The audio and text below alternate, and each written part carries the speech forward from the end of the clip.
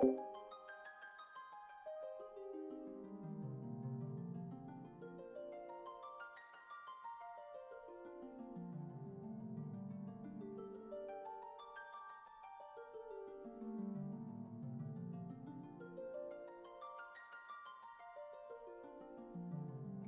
evening, everybody, and welcome to the Final Fantasy Randomizer tournament. This will be our first match of the entire tournament, and surprisingly, a late-night extravaganza just hours after the bracket reveal. My name's Edgeworth, and I'll be on commentary tonight with Will Cleosis. Will, how you doing tonight? Edge, a pleasure to be here. I'm great. Thank you very much. It's always fun to work with you, and I'm so excited because literally it was just hours ago that matchups were revealed for the 2018 spring tournament, and we've already got one going on, and it's two really good players. Two players have been playing this game for a long time, and when these matchups came out, there was some talk of this is one of the ones that people want to watch. This is going to be competitive, and I can't wait to see what happens to kick off the 2018 spring tournament.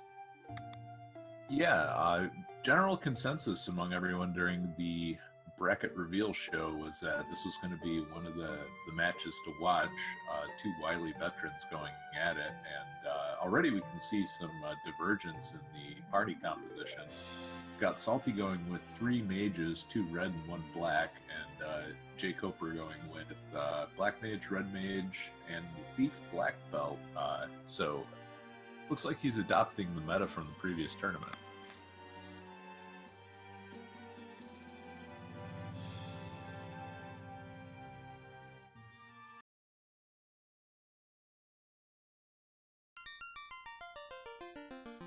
Edge, can you hear me?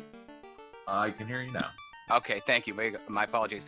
Yeah, it looks like now Saltyphry, he finished in the most recent randomizer league in the top 10. I think it was top 5, 6, somewhere in there. So he's definitely a top tier player. And jkoper, he's been here forever, Edge. He plays a multitude of games, very successful, very competitive. He's very good at all the games that he plays. That's why this matchup is going to be absolutely fantastic. Yeah, definitely looking forward to it. It's going to be very interesting with the difference in party comp. They'll have access to the same magic, but jkoper going to go see what the king hands out first. So opting to have that information first before going to Temple of Fiends, and it's only the bottle.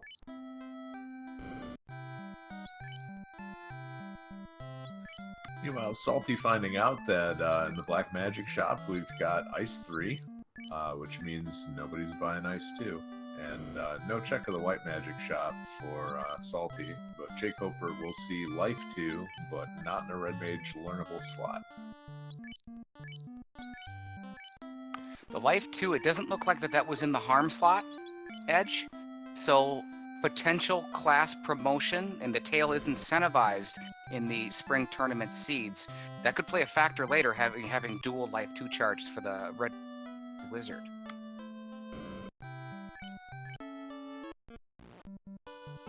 So jkoper's going to buy a couple tents and some other supplies before heading up to Temple of Fiends.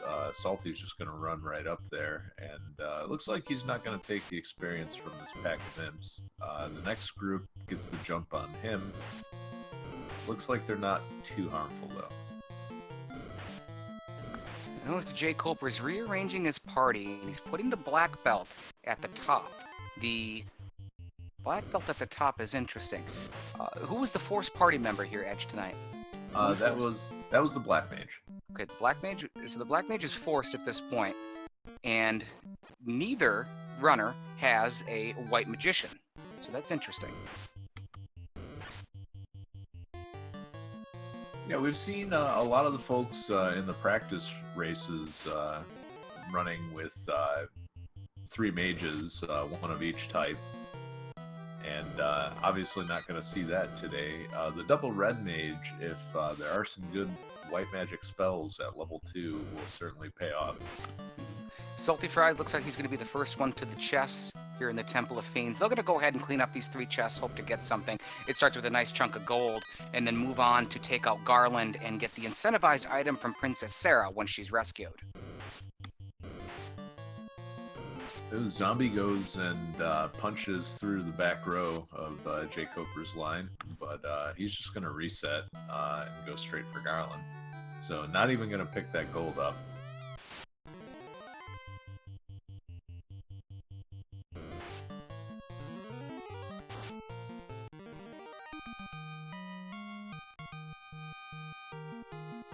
Right about the 2.5-minute mark, both players are going to take down Garland with the ice 3 shots from the Black Mage. Move on to rescue Sarah. Now, Edge, the time for this, the approximation from what I've seen is right around an hour and a half. It seems to depend on incentivized items.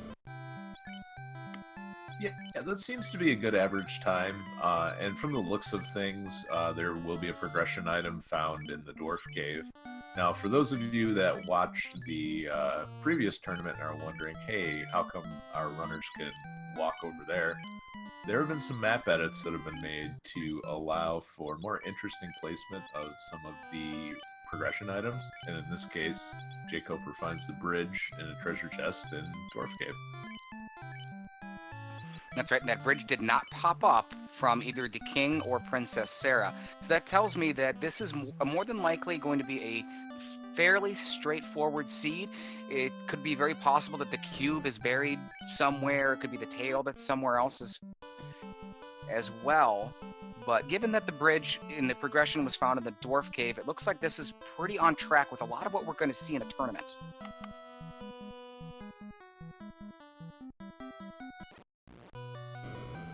Saltyphry is going to go ahead and head over to the Dwarf Cave. He's going to go ahead and pick up his bridge while jkoper is going to head to... Do you think he's going to go to Provoka, or do you think he's going to hit up Matoya's Cave, Edge?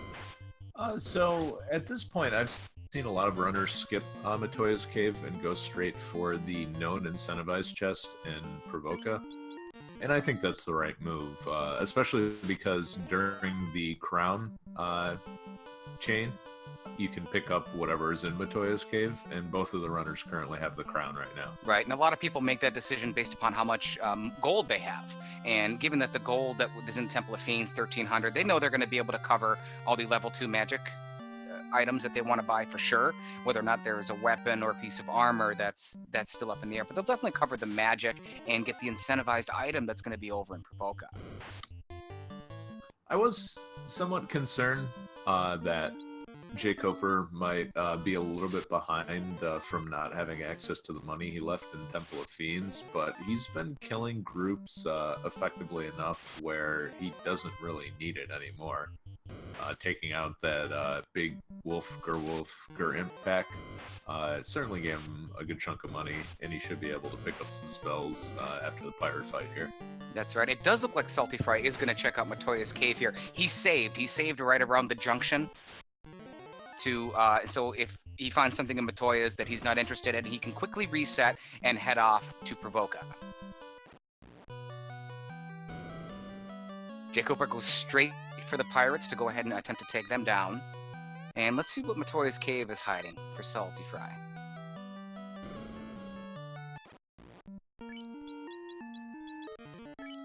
Looks like it's a silver dagger and around 8,000 gold. Saltyphry's going to go ahead. He's going to keep that. He's going to go ahead and walk this out and go ahead and head to Provoka, where jkoper has just taken down the pirates. And Bicky the Pirate has something for the Light Warriors, and it is the canoe. So it is the progression item. And this opens the world up, the inner world. They can go south from Provoka through to the Ice Cave, the volcano, or Crescent Lake, where another progression item is hiding. They may double back and go down toward Northwest Castle and Marsh Cave, but more than likely, being that they are on the eastern side here, they'll probably go straight south to the Crescent Lake area. Now, an interesting option is if they have access to some sort of warp or exit spell. A dip into Ice Cave might be a good play here. So we'll take a look at the magic, and heal 3 and wall, both very nice to see, but not exactly what you're looking for. Right, that level 2 magic's very important in Final Fantasy, because everyone can learn level 2, whether it's the Knight or the Red Mage. The level 2 magic can sway a lot of games and a lot of routing decisions. So, as far as the incentivized places that are open right now, Ice Cave, the chest guarded by the Eye is incentivized, and the item handed out by the Sage in Crescent Lake is also incentivized. So I would be curious to see if our runners decide to go straight for Crescent Lake and to see what that item is, or they do some leveling and then make a play on Ice. Right. The probability that the item in the Circle of Sages right now is fairly high, that it is the floater. That is a benchmark in this game. It's a kind of a mini goal, like a mini boss, I guess you could say. I would think that they're going to go for that. However, if that sage has the cube, then things are going to change real quick, because that means the next progression is more than likely going to be the ship and TNT combination. So that's what we're looking for next here. And it looks like, is jkoper headed back west?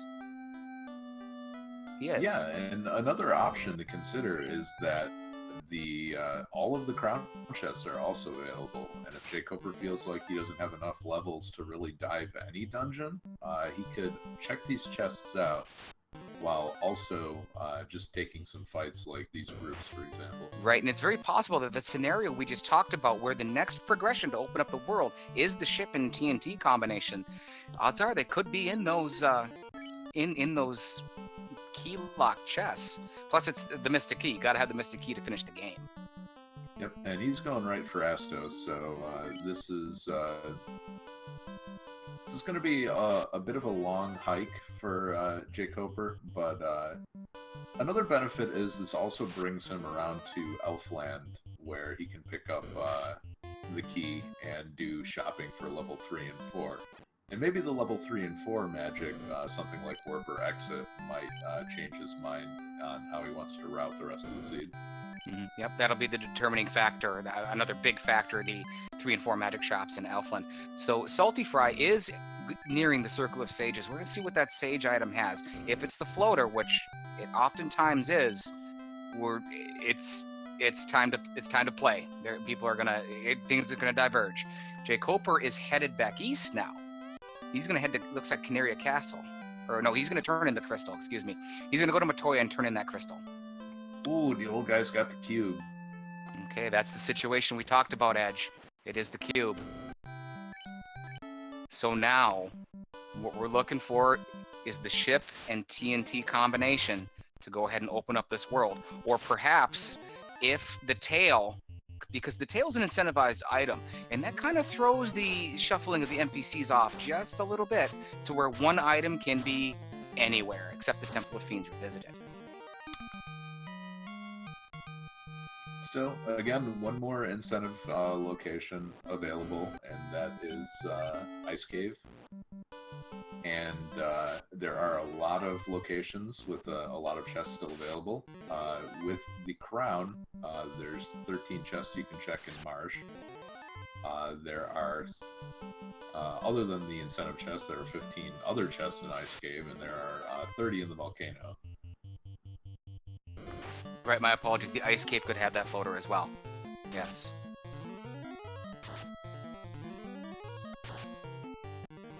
Saltyphry gonna do a little bit of grinding. He's found one peed somewhere in the encounter table. We'll see if he can use a little encounter manipulation, if that's what he's going for, his levels, to pick up peeds. Now, in the Crescent Lake area, Edge, peeds are from 1 to 4 in the encounter, I believe. Is that correct?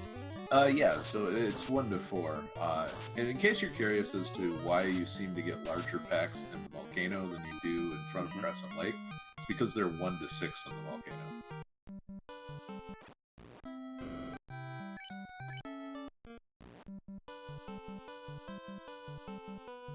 What do you think Saltyphry is going to do, Edge? You think he's going to go after the second floor in Volcano and the bulk chests? Do you think he's going to go... Wait, does he have the floater? Okay, no, he's going to Elfland. Yeah, and I think this was a pretty solid move by Salty.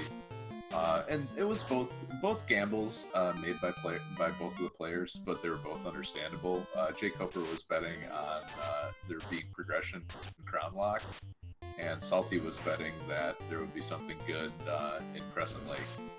And looks like it's working out a little bit better for jkoper, who can pick up that cube at any time before going up to Mirage. Damage, poison from the Hydra's taken down Saltyphry. He's going to restart from Crescent Lake. It looks like he's going to take the same path. He's looking for Warp. He's looking for Warp in levels 3 and 4 in Alpha, and that's what he's going to go for. Yeah, and maybe not even Warp, but something useful at level 3 if you get Nuke. That's certainly going to let you cut through some of the scarier mobs and ice if you just have to do it without Warp. Yeah, there's a lot of undead packs in there, Wraiths, Images, there's Geist, Specters. Fire 3 could be an option as well. That could be in there. Alright, jkoper has the key, and he picked up a fair amount of money out of Matoya's cave as well, and we'll probably get something, either a good chunk of money or something to sell out of these 4 chests.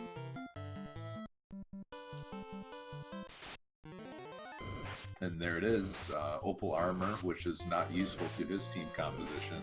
The Silver Armor is useful for the Red Mage, so at least he'll be able to use that. Petrified Thief, though, not so good. That's right. He's going to be able to sell that Opal Armor. If there happens to be the vendor item in Elfland, he could have the option of picking that up as well. If the Opal Armor, the randomized worth of that happens to be pretty high, and he could crush all that out of the way right in the beginning. Alright, jkoper picking up Fire 3 and Fast on the... is not punished by having Fade in this slot, and he is not. Could pick up A-Rub or Fear on the Red Mage, and honestly, with the money that he has, definitely not interested.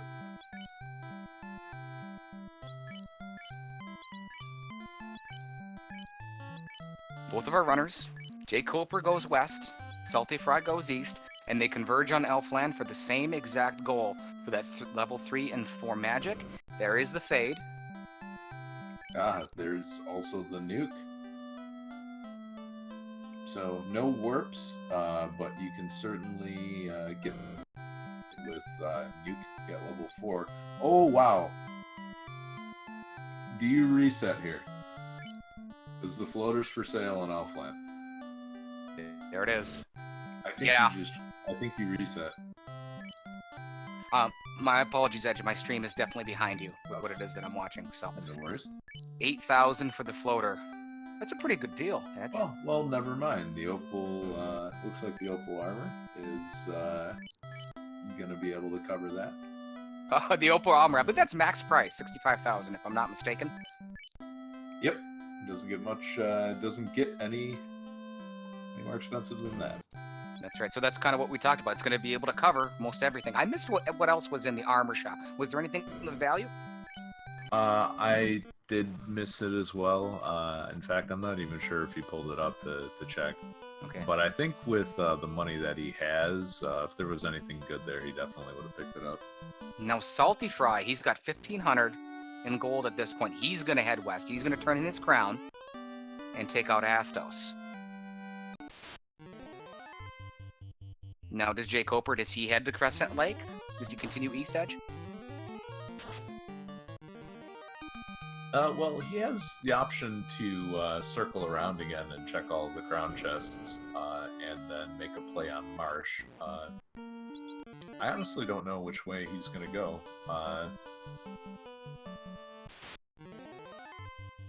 Also looks like he doesn't have any soft potions, so this could be a little rough.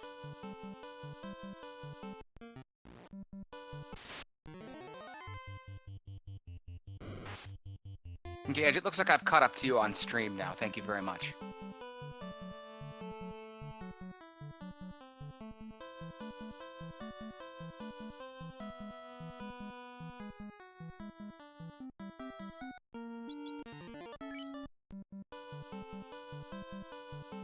Both players are making a beeline for the floater and the airship. Now, let's see if their routes diverge again, or are both people going to go for or both players going to go for the incentivization chest? Could be Castle Ordeals, that's an option. Could be the Ice Cave. Without Warp, that puts a hindrance on the Ice Cave. I mean, they can get through. They've got the nuke, they've got the Fire 3, but Warp makes it just so much easier. Well, I think in that case, you do have some other incentive locations that you can check on the world map, and maybe that makes your routing a little bit easier. You can check out and see where warp is available for sale, and then go to those locations that don't require it.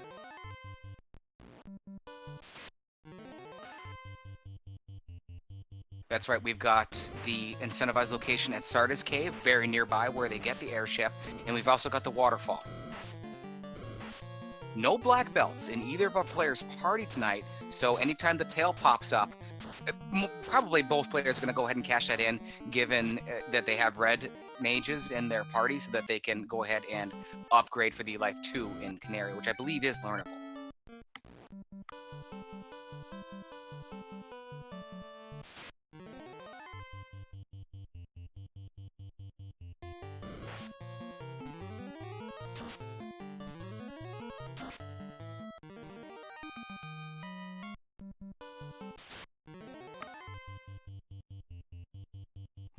So jkoper's in a pretty good spot here right now, and he has a lot of chests that he can pick up, but he's going to go over to Melman and check out the level 5 magic, and I like this move.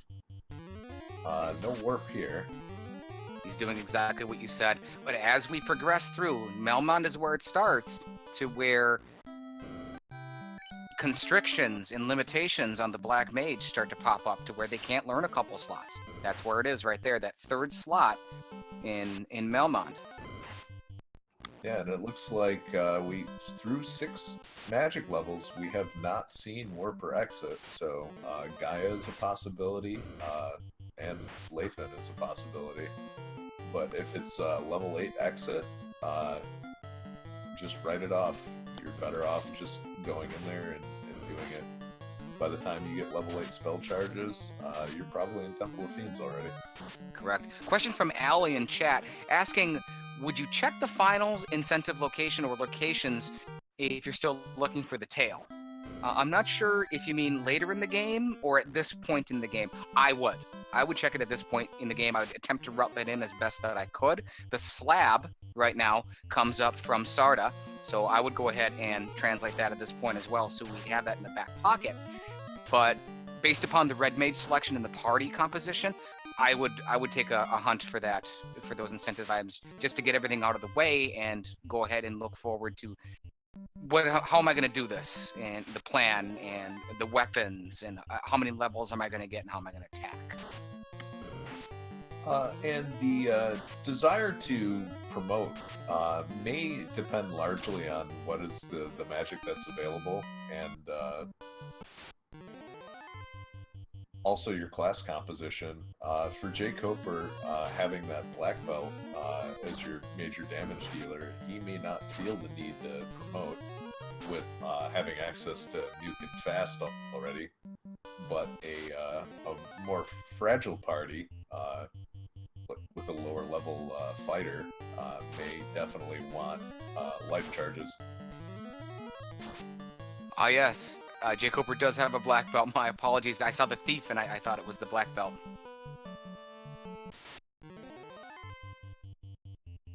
Looks like Saltyphry, is he getting some levels? Done with the peds? Or where is It looks like he's outside of Crescent Lake, picking up some levels, and while this isn't a bad spot at this point in the game, oh, he's walking back to, probably walking back to Elfland to pick up the floater.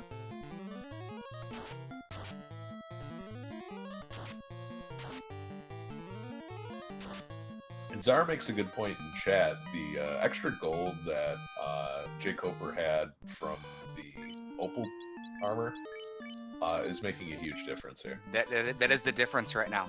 It is. It's given him definitely, some would say a lead.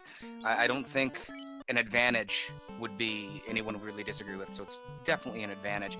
And he went directly to Gaia. He's looking for warp. He wants to know what it is that's going on. He's got the nuke, and he's going to go ahead and turn in the bottle here that he got earlier from the king.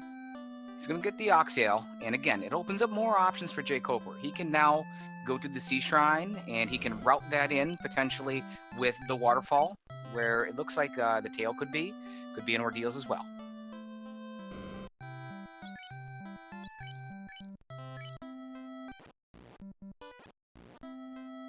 Right about the 22-minute mark. Let's do a quick recap. The king did have the bottle. Princess Sarah, she had the crown. That's been turned in by both runners. Go ahead and get the Mystic Key. The pirates held the canoe from Bicky. You give the canoe to go ahead and open up the world. The Circle of Sages had the cube so that our players can go ahead and get into the Sky Castle. And the vendor item was the floater. It was for sale in Elfland.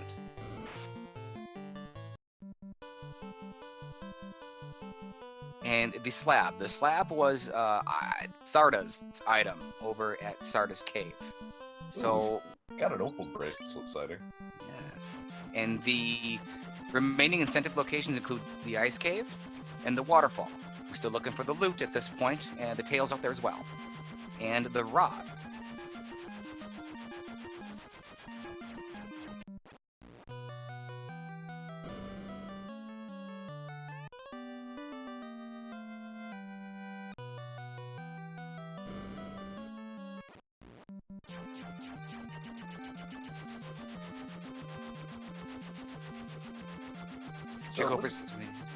Yeah, it looks like jkoper's just going to go for it with this waterfall dive. Not going to wait at all. This is a little risky. Yeah. But good turn order. And he's got the... Go ahead. Thief. He's got the thief. That might help him in running to go ahead. This is definitely an aggressive play, I would say.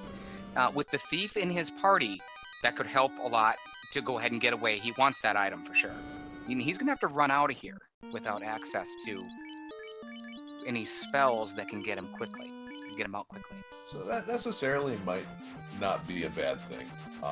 He has a good amount of spells which will get him through the encounters, and he definitely needs to get levels as well. So if you think of this as kind of a combined grind, sort of grind and level up spot, this might not be too bad. Unfortunately, he doesn't have any nuke charges, which is going to make that fight against the mummy whiz mummies a little difficult. So this might be a point where if jkoper takes a wipe here, he can Salty can pick up some time. Saltyphry's checking the key lock chest in the dwarf cave. There's a lot of them. He's got the power gauntlet and the ice armor and a boatload of cash, along with Thor's hammer. That was a pretty rich dwarf cave, Edge. That was worth his time to go there. Yeah, interestingly enough, it's probably worth it more for Salty to visit this location than it is for jkoper, since he has the fighter. Usually when you have a ground black belt, the power gauntlet is a luxury and not a necessity. Question in chat about, would you do ordeals first without exit and warp? Warps is pretty handy when you're going through the shuffle maze, but ordeals is definitely a shorter dungeon, that sort of thing, especially with access to nuke, fire 3, that sort of thing.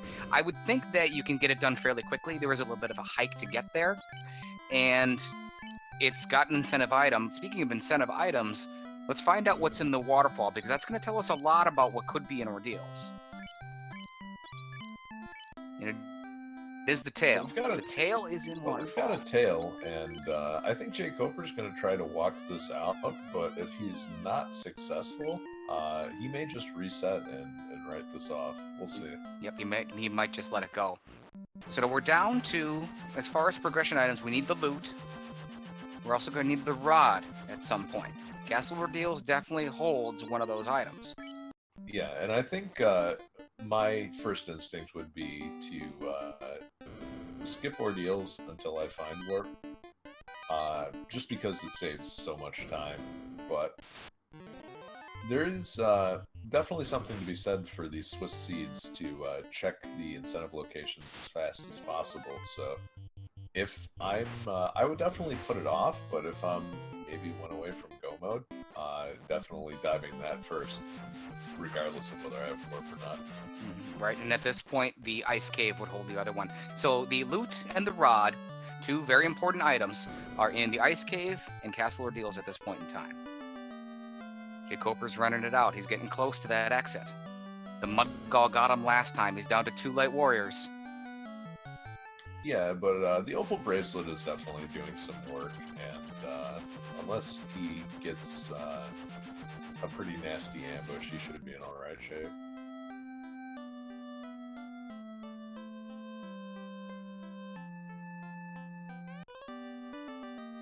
Where are you going now, Ed? Now that jkoper got out, he's got the tail. Are you going to get life too, or are you going to try to route that in otherwise? I would definitely check Onrak first to see what level 7 magic is there. And, nope, jkoper finds an unrunnable. But if warp is at level 7, and level 7 is the only magic shop that I would check.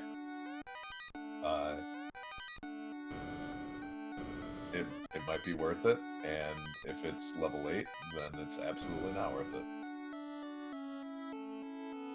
jkoper goes into the waterfall, gets out, but he's having the toughest time just on land. Go ahead and getting back to his airship. Yeah, he's definitely paddling upstream here, and had a nice run earlier, but I think I would be just resetting out of any fights that I got into at this point. There's no reason to be taking them. That's right, we're closing in on the 30-minute mark. Saltyphry is headed to the incentivized ice cave location. Do you think he's just going to go for the incentivized chest? Well, he basically has to because he almost can't get out. But do you think he'll skip the top 2 and the bottom 6 on the way there? I don't think he will, because he doesn't have warp. He can't do the quick check. So he has to do the full run through. Right. He's got to truck through there anyway. And to be quite honest, there's no reason to not crack open a lot of these chests until you found ribbons. That's right. We have not seen a ribbon yet. Key component. And Edge, you have a 1 ribbon rule. Is that correct? Minimum 1 ribbon rule? Yeah, you usually need the ribbon to be on whatever character can help you recover from mistakes the best. And in most cases, that'll be the white mage with the ability to cast life. But I mean, there are some circumstances where you're not going to have access to life, and then putting that on your primary damage dealer is probably the best move. jkoper finally makes it to Onrak. It looks like he's going to go ahead and revive his 2 warriors that he lost, and we'll see if he checks the magic shop. He is. He's going to check level 7. And as Edge talked about, level 8, by the time you get charges of that, and even if it's 1, it's going to be tough. And warp is there. It is at level 8. It's in the 2nd slot over in Onrak. But it seems that we're kind of getting to the point, and Saltyphry's made that move also, is that the runners are definitely feeling comfortable. They can definitely get through Ice Cave. Not as efficient, but they can get through.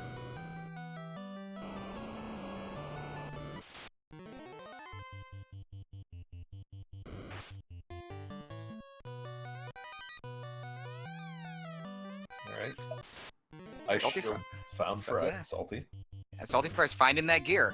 He's finding that gear for that fighter, and probably Knight potentially in the future. That could be a difference in this. That could definitely be a difference. The original party composition in choosing a fighter, given that this gear has been so easily found, could make a real difference come late game.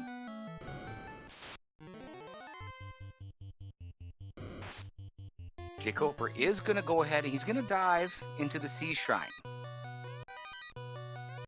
Gear for jkoper's party is minimal, and it looks like he is going to go ahead and take a stop in the Mermaids to go ahead and see if he can upgrade his equipment a little bit at this point. Probably looking for a weapon for the thief. He's been alive the entire time. And probably some armor, Edge, I would think. Maybe an ice sword for the Red Mage.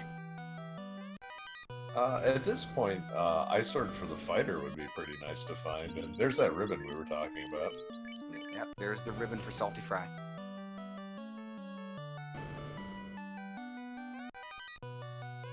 Alright, so soon we'll get a look. Hey, there's the ice sword you were talking about. There's a nice sword, yeah.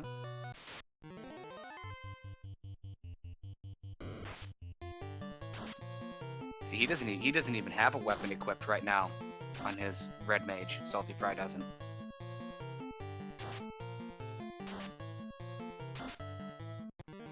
But he does cut through the eye and is rewarded with the loot, so this is 100% required. But this is also a dungeon that could be significantly shortened if you had warp. Now you would miss out on that ribbon, but if you have one and you have access to wall, you're in pretty good shape.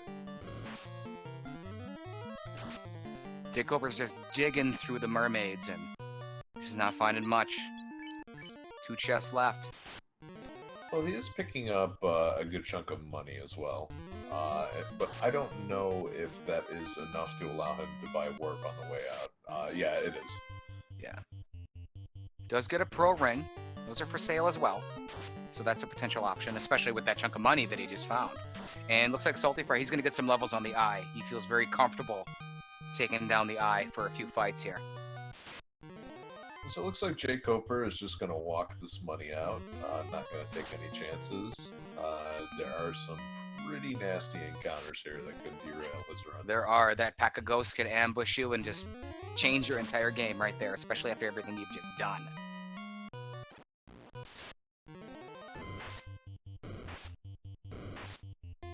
Coral Sword on the Thief actually doing some work, since it does amplify damage versus all of the undersea monsters there. Question from Ice Blue in chat. Ice Blue, how are you? It was earlier today. We did the reveal here for the Final Fantasy 2018 pairings, first round of the tournament, and this is the first match. We got jkoper and we got Saltyphry going at it. Very heavily anticipated match. Should be very well done, and we think it's going to be close. And so we're starting already. So it's great to have this already on Randomania. So we'd like to thank Randomania and Nora for helping host us tonight on very short notice.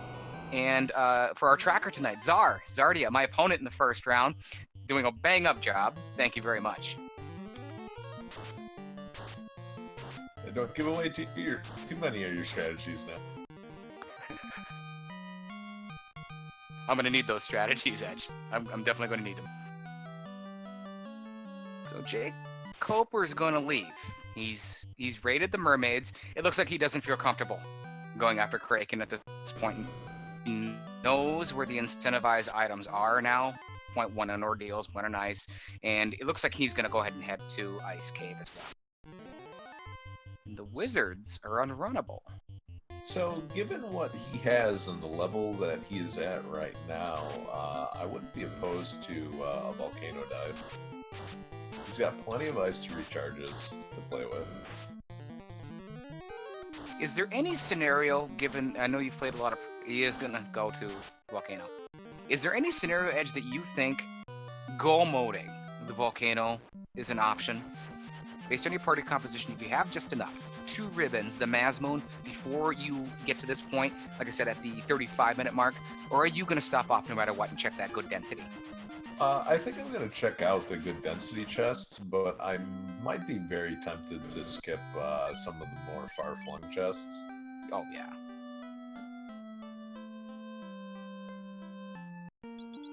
jkoper leaving a lot of experience on the table.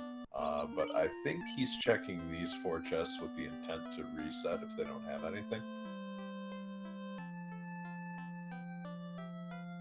Again, the thief in his party composition helps out a lot. He can pretty much almost always get away in 1 round if he's in that mode to where I'm going to check this. If it's something good that I need, great. If not, I'm just going to reset and move on to something else. All right, Oxyel for Salty. And we'll see where he heads from here. Black Belt gets punched out by the R-Hydra. Looks like they're hitting pretty hard tonight. Red Hydra's coming packs of 4 on the Bridge of Destiny on the way to Tiamat. Could be something. Could be something that pops up a little bit later. A question in chat from DH Stom. If we have a better name for the room than good density, Yes, we do. In the Final Fantasy randomizer community, we call it the Armory. Very fitting name. And jkoper did reset immediately, so he was able to check those 4 chests without incurring too much of a time penalty. As far as equipment-wise goes, Salty's in pretty good shape, having found the ribbon already, having the loot in his possession, so we know that ice is required. If jkoper finds a couple of ribbons along the way here, it won't be such as big of a penalty. That's right, Saltyphry. He's got the ice sword. He's gonna be the first. He's gonna head down to Lithyn, and he's gonna be the first of our 2 players with the chime. So that opens up Mirage Tower and a whole lot of chests.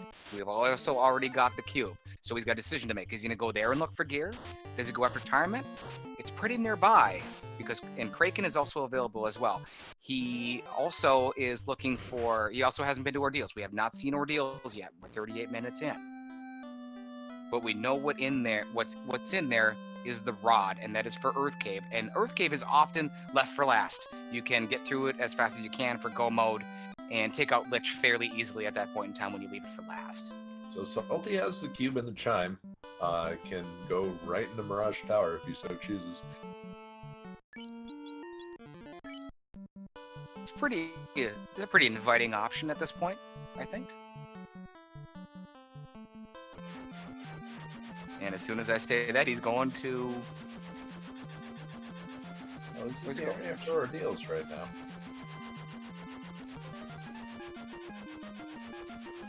He's going to clean up the Cardia Islands, okay.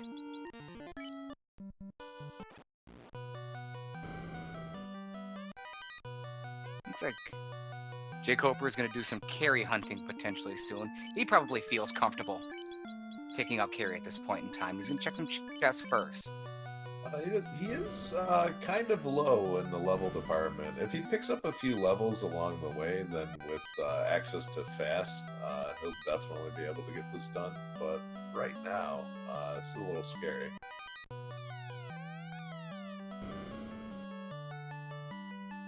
And I think exploration-wise, jkoper certainly has an advantage, but Salty is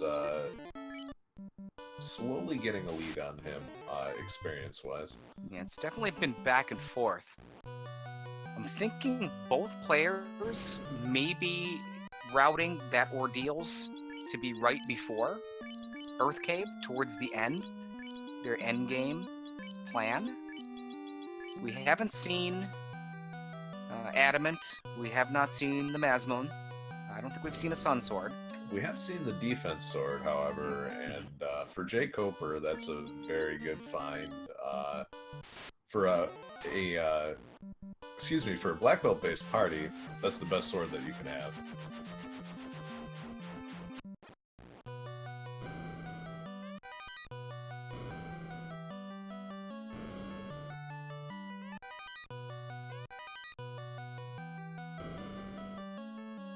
That's right, the defense sword fell 80 points of evasion, stackable especially against any boss battle that can really help from melee attacks.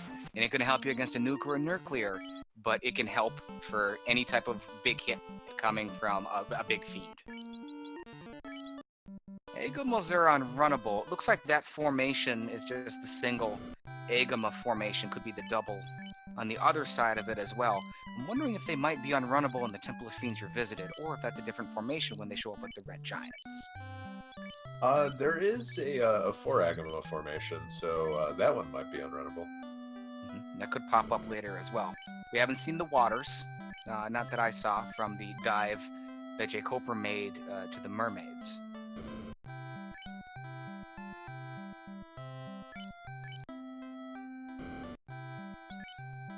$51,000 gold, warp. And Saltyphry's got it. And I think Salty is definitely going to benefit from this if he's able to put off checking waterfall, but he's going to route that in now. So anybody who gets the ability to use that warp charge at all is going to have somewhat of an advantage. So if jkoper decides to put off checking the ice cave until he's one item away from go mode, then it'll pay off big.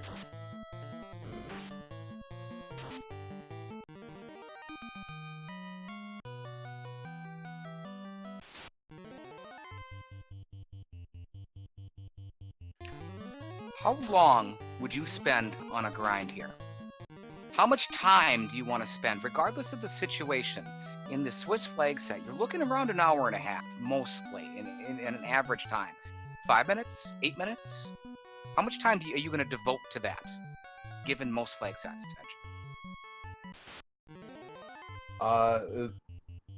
He's certainly devoting more time than I would at all. To be honest, I think with this flag set, it's very favorable to run fighter and not grind at all.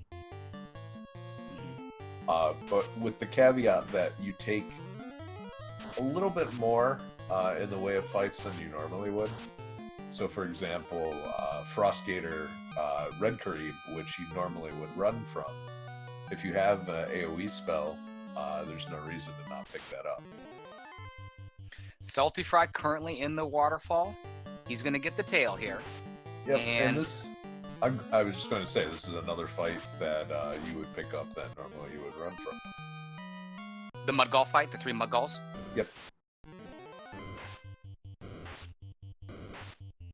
The trap tile in the waterfall that Saltyphry picks up, not the most ideal. You really want to hope to see if you're looking for experience and you feel comfortable. It's definitely not Birds with Blaze. That's for sure, and that's out of nowhere. Look out! Yeah, and I think Salty's going to take a wipe here before even getting to see that. And jkoper never saw those birds. And it's not an unusual sight to miss those guys altogether. This is one of the strangest formations in all of Final Fantasy. Saltyphry still fighting. He takes it wipe. He goes down. He's going to go back in. He's going to go right back into it. But he's got that information at least. He's definitely got it. Lost a little bit of time there. I think we're pretty even here, Edge, from what I'm seeing with levels, with gear, with items. This is turning into the race I think that we both predicted.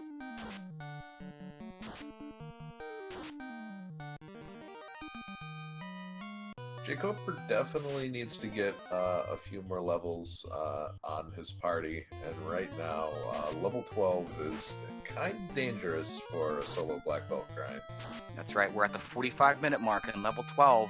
He knows it too. That's why he's doing this. He definitely knows it. The Agamas, though, are hitting fairly hard on an undefended target. Whoever has the Opal Bracelet should probably be in front. Very simple, very subtle strategy from Edgeworth. Anything this gentleman says, you can definitely use it to your advantage, because it is going to be a solo grind. He's putting the black belt at the bottom. And he gives him the Opal Bracelet, just like you just said, Edge. So yeah, he's definitely going to kill off the intent is to kill the thief off next. And I can certainly see putting him in the front and just letting him,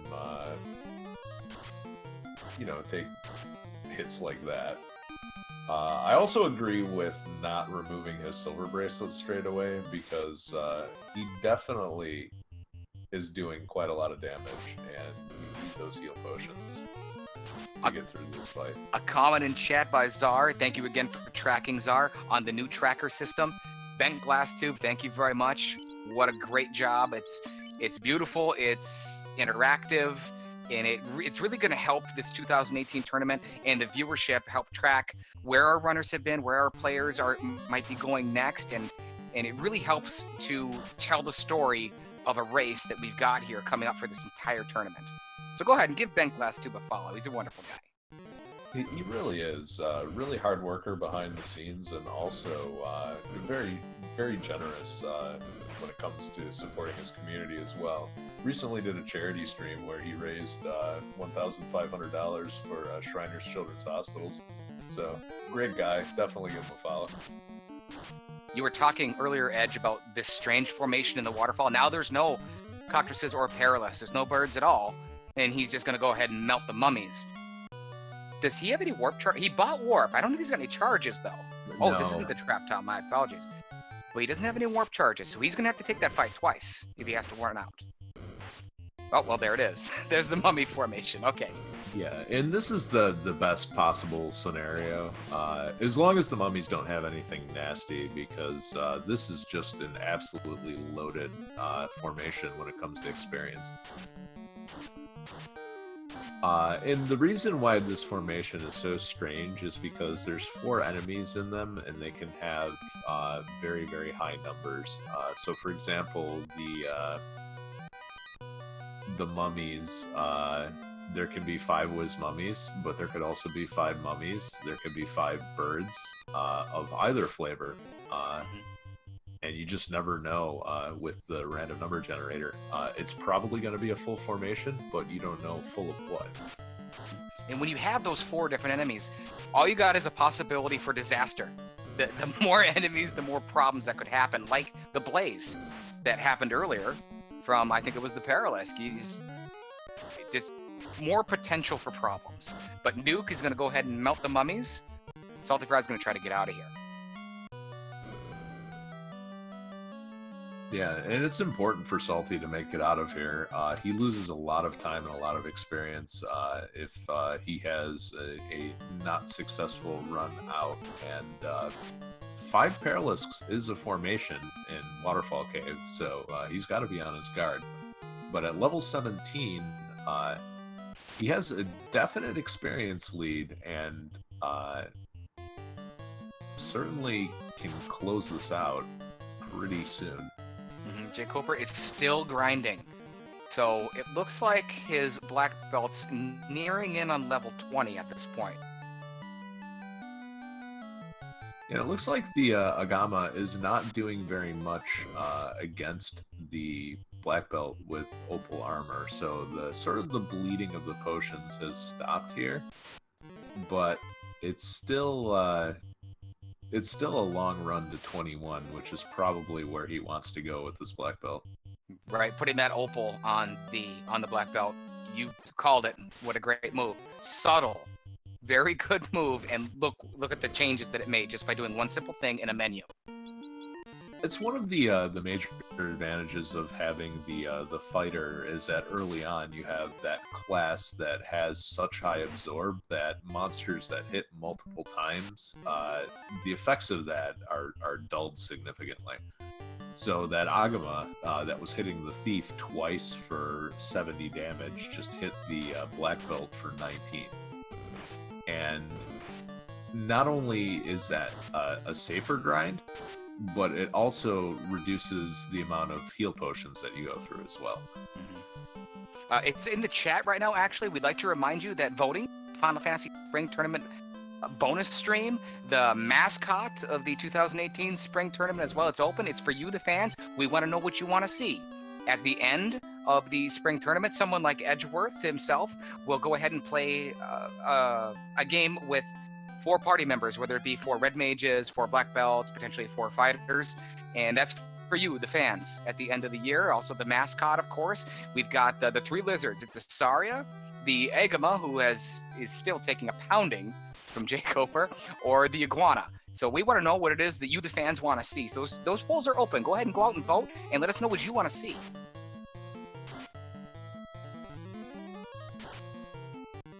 Saltyphry likes seeing this combination of the big eye and the gray shark on the bottom, an experience bonanza. That's a fight that a lot of people like to take. Yeah, the veritable experience pinata. One of the things that I'm curious about is jkoper planning on doing a 2-person grind from here on out?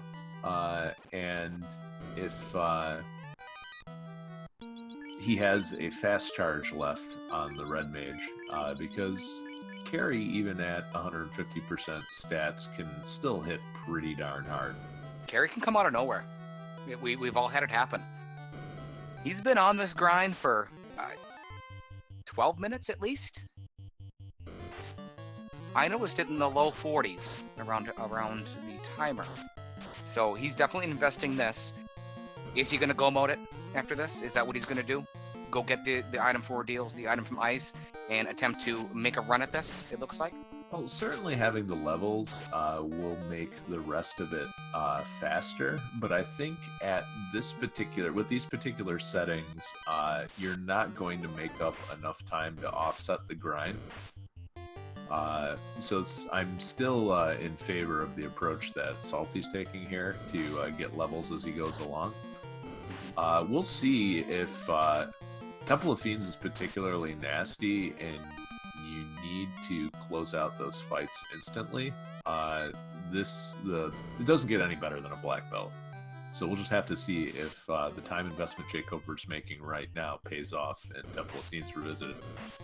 Two very different strategies. We'll see how they converge. We'll go ahead and see what time both players, enter the Temple of Fiends Revisited. As Saltyphry, he's going after Kraken. He's going to go take out Kraken and light his orb. And another thing to consider when setting up a black belt grind like this is that the more levels that you can bring into the fight before you start the grind, the better off you are. And that's because, say jkoper started this grind at level 14 rather than at level 8, you're spending fewer resources, and you're spending, and it is to hit those sort of milestones levels earlier. Again, Saltyphry, he's going to go after Kraken. He's going to attempt to light the first orb for both of our players tonight. We're right around the 55-minute mark is when he's going to look to light it. Question from chat from Devour. Random force classes. Yes, the 2018 Spring Tournament, just for the Swiss round at this point in time, has one forced party member tonight. It is the Black Mage. And there's some different setups for the bracket round. We'll see exactly how that goes. But it's also on FinalFantasyRandomizer.com. You can force all 4 classes and have a race. You can force 3, you can force 2, and it will randomly be chosen for you. So Salty electing to... Ooh, wow. Okay, that's scary. Kraken. Yeah, with a multitude of nukes, this shouldn't be too hard, but this certainly does not... this could be a little tricky for jkoper if jkoper tries to set up and... no, Kraken just says nope. That's right. Saltyphry fires dual nukes quite at the end there. A combined over 500 damage does take out Kraken. We've got our first orb lit. It's Saltyphry. He has lit the water orb. Now, where's he going next? Is he going to take out Carry? Does he head to Ordeals? Meanwhile, jkoper is done with the grind, and it looks like he's going to check the Red Dragon chest. So my assumption is he's going to pick up a couple more of these Agama fights, and then that should get him to 21 right before the carry fight.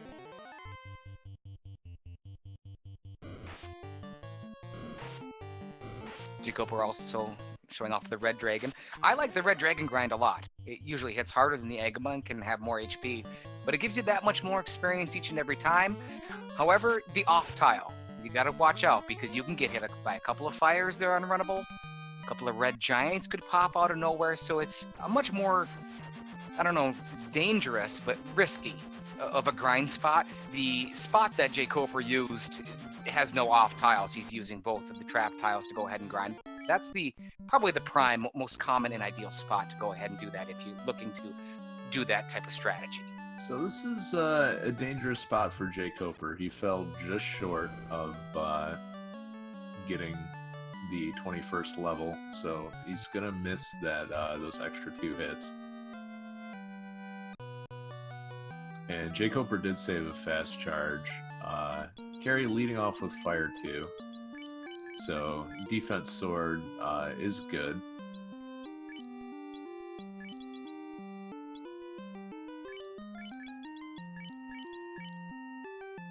That's 2 casts of Roost from the defense sword onto the black belt, who is no. paralyzed. And that's bad. Look out. Fortunately, black belt stands back up again. The reason why that's bad is because a paralyzed character, your evasion stat is completely bypassed. That black belt isn't doing much damage, Edge. 129, less than 200. Just enough. Just enough. 132 from the black belt. Takes out Carrie. jkoper's lit his first orb. It is the fire orb. Yeah, and Salty taking out Asoria. He just did the class promotion. And looks like he's heading to Ordeals now. And on the way to Ordeals is quite a good place to pick up some levels. Now, what I find interesting is he did a 2-person grind. Life 2. Which is, yeah, which is pretty good. But also, Warp is on the Black Mage. Oh no. Oh, Salty. Oh, Edge. I can't watch. It's dinner time. And we're talking well done dinner time. Not no medium here. It just got cooked. He just nuked a steak. Who does that? I'm a medium guy, but that is a well done steak. Yeah, jkoper, I'm in the same boat, man. He's gonna go ahead. He's gonna go ahead and check some of the crown chests. He's got Carrie down.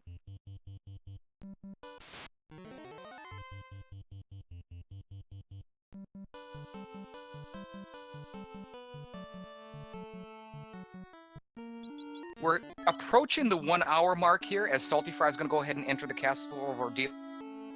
Castle of Ordeals yet. However, we know that the incentivized item located in there is the rod. For our other key items that we had for review, Sarda had the slab. In the ice cave, the incentivized item was the loot. The waterfall held the tail. The vendor item was in Elfland. It was the floater. The Circle of Sages held the cube, which we also haven't seen quite used yet, but it's coming up real quick to get in Sky Castle. Vicky of the Pirates, he had the canoe. Princess Sarah had the crown, and the kindly old trusting king had the bottle.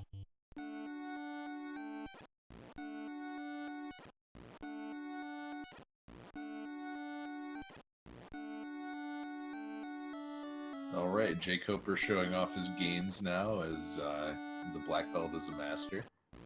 And with 20 levels into the black belt, normally you want to do a little bit more grinding to get the most out of the magic defense, but that's at 4 per level, that's still a ton of magic defense. He'll be fine.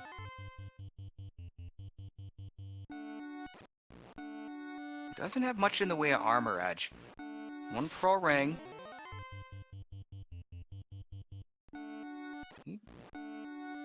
I don't know if I'd feel comfortable with that armor situation. I love having the master at a higher level, but I think he might have a decision to make here. As far as maybe checking some more chests, maybe in Mirage, on his way to take out Tiamat, because he's already done the mermaids. He already did that.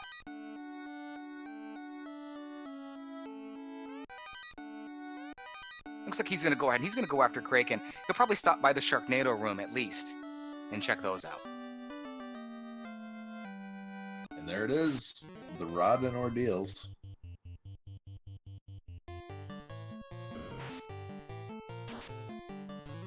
And a level 21 black belt at 150 with some buffs should definitely be able to get the job done.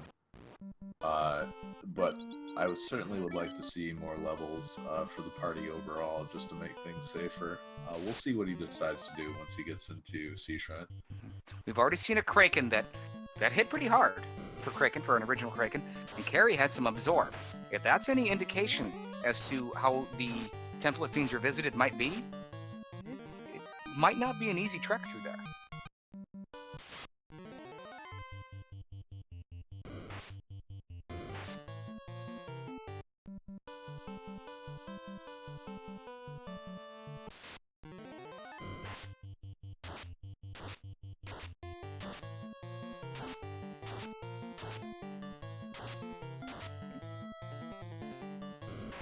Saltyphry probably has the lead here. He's got all the incentive items. jkoper has still not been to the Castle Ordeals at this point. He's got to make that hike. He's got to go through the Ordeal pillar shuffles and get that item as well. However, jkoper, he's going to light his second orb. So you're giving a little and you're getting a little.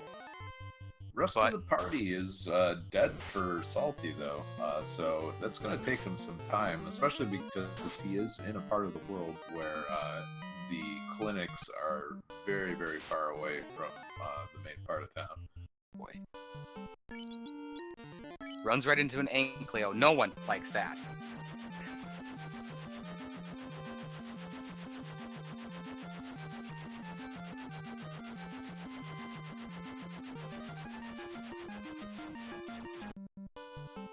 Again, we'd like to thank Nora, Randomania, for hosting us on short notice here tonight at the first matchup of the 2018 Spring Tournament.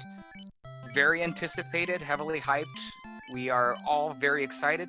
We almost met our goal. You know, we got some 50 people in this tournament, more than we had in the first one. So we'd like to thank Randomania for hosting us. We'd also like to thank our other partner, Speed Gaming. They'll be hosting these matchups for weeks for the Swiss rounds. I think it's 5 weeks, I believe. They're gonna be all over the place. They're gonna be very competitive, and I can't wait to see how this shakes out.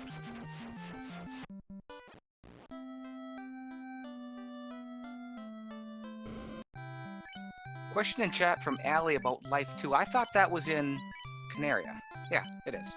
Life 2 in the 4th slot, not the harm slot, learnable by the Red Wizard, and Saltyphry's gone ahead and picked that up. So he's also learnable by the Knight, so he's in good shape.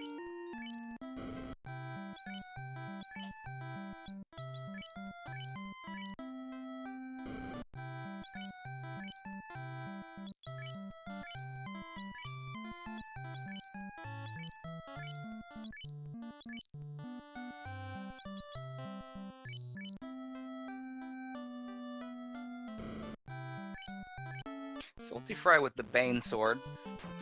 Good backup option should Tiamat be problematic, considering Carrie and Kraken were not pushovers. Neither of them were pushovers at all. So if he's even tougher, Bane Sword, Poison Smoke will take out Tiamat a decent amount of time. Is it 1 in 7, 1 in 8, somewhere in there, Edge?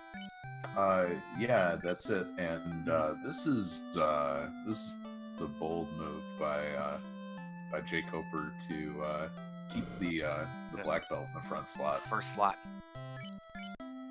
We know Kraken hits hard. We saw that on Saltyphry's channel. His ninja is on life support. His ninja's down to 7 HP. He can last a couple more rounds, but any spell's gonna take him out. jkoper's also fasting his Red Wizard, and Kraken knocks out his Black Wizard. 305 from the Master, and 286 takes Kraken down. So some good hits, and this is something to keep in mind for any runners who are newer. The tiles in Kraken's room are not safe. So if you barely escape that fight with your life, you need to heal up before you take a step. We've seen it happen, Edge. The tiles behind the vampire, same thing. Inside the vampire room and inside Tiamat. Or, excuse me, Kraken. It's the same with the carry floor as well. And those can be particularly nasty because, as you said before, fire elementals and red giants are no fun for anyone. They are on that floor. Wizard Ogres can pop up out of nowhere, and you never know. Much like we had the situation with Saltyphry and the birds, you never know. They'll have something late in their turn system, or however it is that they work for spells and skills, and you never see it coming.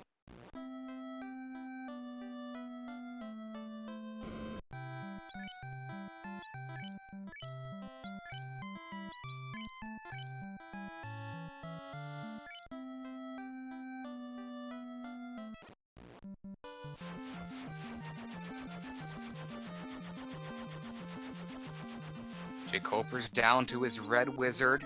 We just talked about the Wizard Ogre, in this case paired with the Cerebrus. He's getting fight after fight. He did not save. He's got the same fight again from the Cerebrus and the Wizard Ogre, but he fires off Nuke. Does not take down the Cerebrus. His Red Wizard's on his last legs at 38 HP, but an Ice 3, a very strong roll on Ice 3. jkoper needs to save or get to his airship. He's to his airship. And that was dangerous. Yeah, he's taken a lot more risks than he needed to. I guess extra levels on the Red Mage never hurts, but really you want more of the levels to start landing on the Black Mage from here on out. Oh, that was dangerous. Certainly more efficient to just have the Red Mage cast Life 2 on everyone. Mm-hmm. A little bit quicker. But a lot more dangerous. And picks up Ice 3 for the Ninja as well. And if he gets a lot of Ice Elemental fights, or excuse me, Water Elementals, that'll pay off. That'll mow him down, correct. And if you get into a long battle with a Fiend, potentially you could get down to the Ice 3s, or you could even fire off the Ice 3s in the beginning from the Ninja if your Katana wasn't getting through or you felt that you wanted to go ahead and use those for a guaranteed window of damage. As Saltyphry, he's looking for his second orb. jkoper's got 2. Saltyphry's going after carry. He's going to try to light his second orb. It looks like he's going to get fast for the Ninja as well. And the more people that have what's arguably the most busted spell in the game, the better.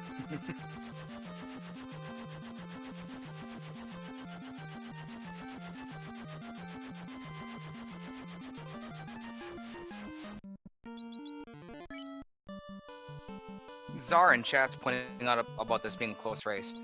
On paper, this is very close. The only thing that I see different here is the trip to Castle Ordeos with jkoper. Those couple of minutes, I think, might give Saltyphry a slight advantage.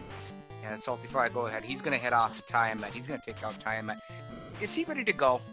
Is he gonna blow through here, Edge? Well, the thing is, the best weapon that Salty has found so far is an Ice Sword.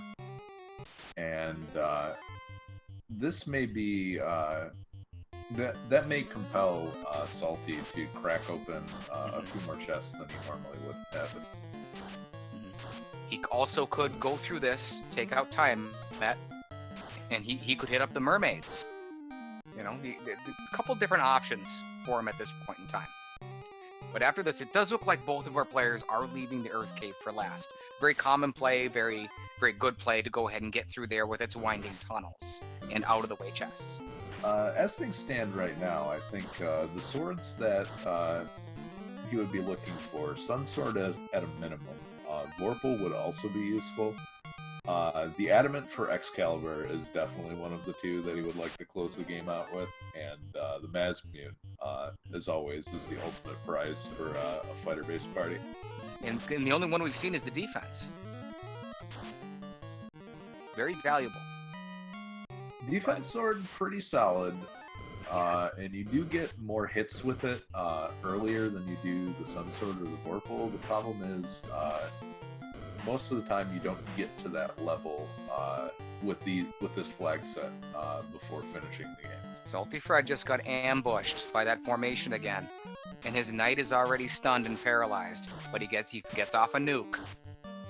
That'll take care of most of that formation. That's been haunting him.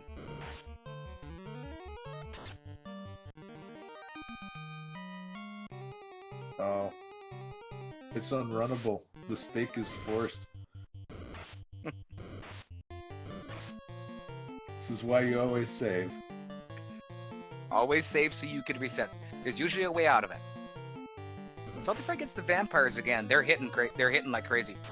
They hit hard, and they have stun touch as well. Yeah, these guys tend to be no joke when you run into them. And it looks like Salty is gonna take a crack at the chests in here. 10 chests that he can get to. Speaking of taking a crack, jkoper runs into 3 giants, which I don't think we've really seen yet, and they have the crack skill, and takes out 2 of jkoper's light warriors at this point. As he's going, he's trying to get the chime. He just wants to continue on, and he's got to battle these giants with crack. And interesting decision to just run with 2 mages. Definitely going to pick up a lot more experience for the black mage, but at this point, I would like to see more experience on the black belt. Diving into the Mirage Tower here and checking the chest has pretty much paid off for Saltyphry, it looks like. He's got the dragon armor. That's huge. Resistance to lightning, heat, cold, and he's got the knight, so it's very equipable. It's going to be very useful for him towards the end game as he progresses on. One of the nice things about, hey, there's the ship. So, yay! Salty probably happy to hear it, and then unhappy to see that it's not adamant. That's probably mostly what he was looking for. He'd like to find a ribbon, of course, but a weapon and a ribbon would probably make Saltyphry feel a lot more comfortable. So I didn't get a chance to see what jkoper did while he was in Melman. Hopefully he dropped the slab off, and he did. I think along with many other runners, have definitely gotten loopa'd at some point. I know I have.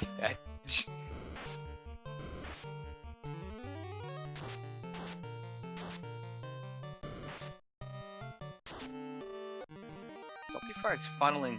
Is he funneling some experience here? I think he is. He's got the Life 2 options.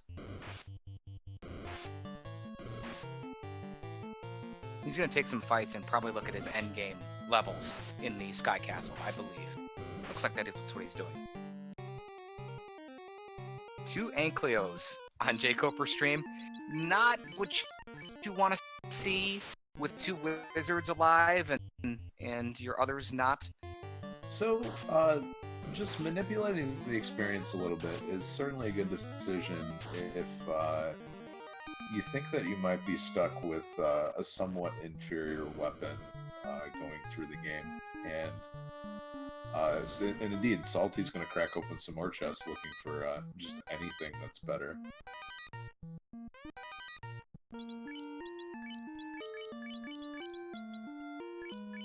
Two red Ankleos now for jkoper, but he nukes him down. Saltyphry's going to continue to check chests. Looking for a ribbon, looking for a weapon. The 4 mana core formation on Saltyphry's screen, Edge, it's a pretty good fight. Over 1,000 in experience. You usually take that fight, is that correct? So it's definitely one of the ones that if I did a black belt grind, I would run from it. But if I'm just taking levels along the way, I would definitely go for it. And jkoper finds the Sun Sword. Sun Sword. And he finds the Aegis Shield as well. Aegis Shield, paired with the Dragon Armor. So if Salty decides to come back in and check the first floor, it's going to pay off huge for him.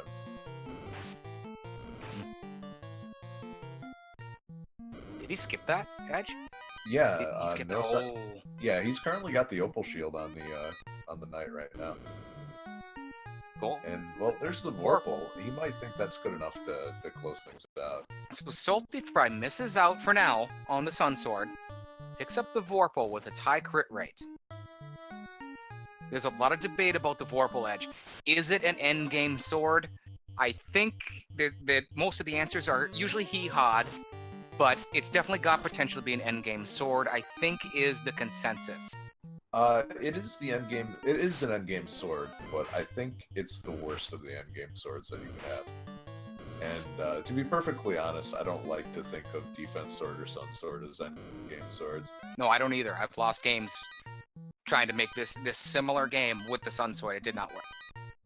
Yeah, if you have plenty of temper charges and you've got the Sun Sword, then yeah, it's doable, but it's very situational, and same for the Defense Sword. Vorpal, because of its high crit rate, can do a lot more damage than it should, but it definitely needs the support of Fast. And Xcal and Mazmute at these flag sets are generally going to do more damage overall. Bit of a recap. Both of our players have 2 orbs lit. Both of them are in the Mirage Tower / Sky Castle, assuming both on their way to Tiamat.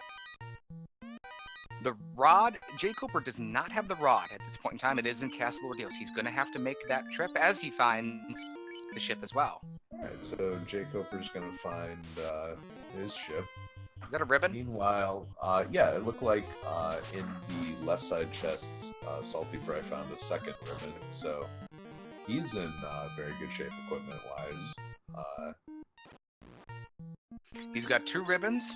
With his knight and his red wizard, they can both use the Sun Sword and the Vorpal. So he's got viable options. It's not the Excalibur, and it's not the Mazmoon.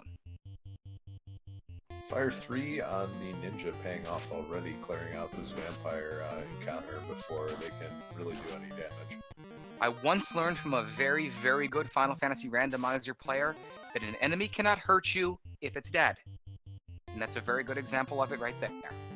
And especially with the Whizvamp fight that is on Saltyphry, these guys hit hard. Dangerous. Yeah. You may see like that 41 damage hit, but consider it's 41 damage on a knight that has ribbon, opal shield, power gauntlet, and dragon armor. Like that's a lot of damage. Yeah.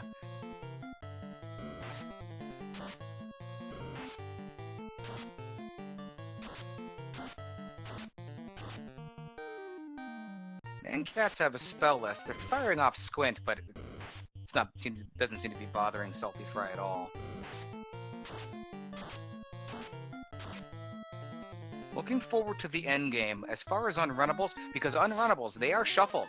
Now, it's live on FinalFantasyRandomizer.com. You could have imps that are unrunnable. You could have a phantom that is runnable. A lot of different combinations. So far, we've seen an Agama, a single Agama that has been unrunnable. We're going to see if that translates over into the Temple of Fiends Revisited, because those are very common on the fire floor. Other than that, I don't think we've seen anything unrunnable-wise that's going to be coming up in the future. And Tyros, but yes, of course. Well, one of the more interesting aspects of the Unrunnable Shuffle is that because there are so many vanilla Unrunnables in Temple of Fiends Revisited, that it kind of makes Temple of Fiends a little bit easier, and certainly a little bit faster. Yes, absolutely on quicker. No now, question about that. It depends on where some of those Unrunnables land, though, because there's certainly the potential for Temple of Fiends to be an absolute nightmare if the Unrunnables land just right. But you never really know until you get there. Saltyphry on the Bridge of Destiny, closing into Tiamat. Saltyphry, I think he's the one with the Bane Sword. We could see a little action here. And notice what Saltyphry is doing here. Edge talked about this earlier with Kraken. He's moving around his party members. Who is Tiamat going to attack? It's less likely that he's going to attack his tank. Actually, his name is Tank. It's his knight. He puts him at the bottom. He's going to protect him. That's his baby. That's the one that's going to do the damage and hopefully take out Tiamat. As he uses his power gauntlet. And he's going to buff him up. Yep, and then Power Gauntlet with Fast and Vorpal together, that should make quick work of Tiamat 1. Let's take a look at this second round of the fight against Tiamat. Let's see if we get a crit from that Vorpal. That's why he's doing this. Oh, looks like he did not put the Vorpal on. That looked like a Sun Sword animation. Yeah, it did. Or, excuse me, Ice Sword. Looks like 4 total nuke shots. Takes down Tiamat. Saltyphry has lit his air orb. He's got 3 orbs. He's gonna look to take out Lich next to continue on in the game. Alright, resets out of that Tyro fight. Good job, good job. There's been some dangerous enemies out there. You don't usually see a red Ankfail with Blaze. I don't think I've ever seen that combination before. jkoper's checking the chest right before he heads to Tiamat. He's gonna find a ribbon on his way there. so good find for jkoper. The rest of these items, though, not so great.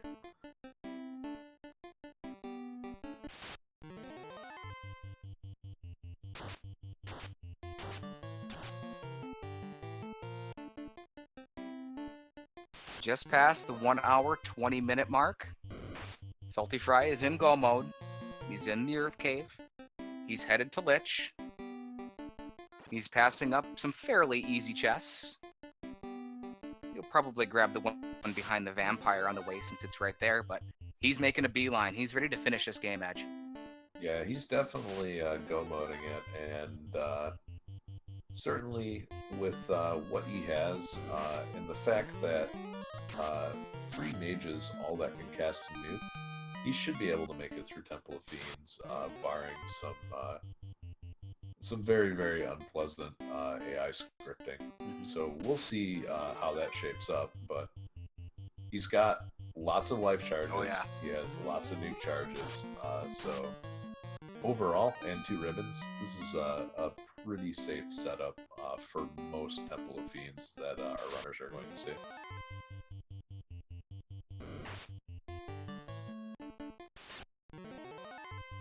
A reminder to anyone that has any questions about Final Fantasy Randomizer, they want to get into it anymore, our Discord is available. All the information is in there. It's a nice, small community. We have a new player help section, lots of different, a general section. We do play testing at night if anyone is interested in potentially joining us. And we'd like to invite you to stop by our Discord if you have any questions or any questions about the website, features, or what's new options. We're always rolling out new features, such as the Shard Hunt that was shown recently, alternate final bosses that was shown earlier tonight. Anything you might need, please stop by our Discord and let us know.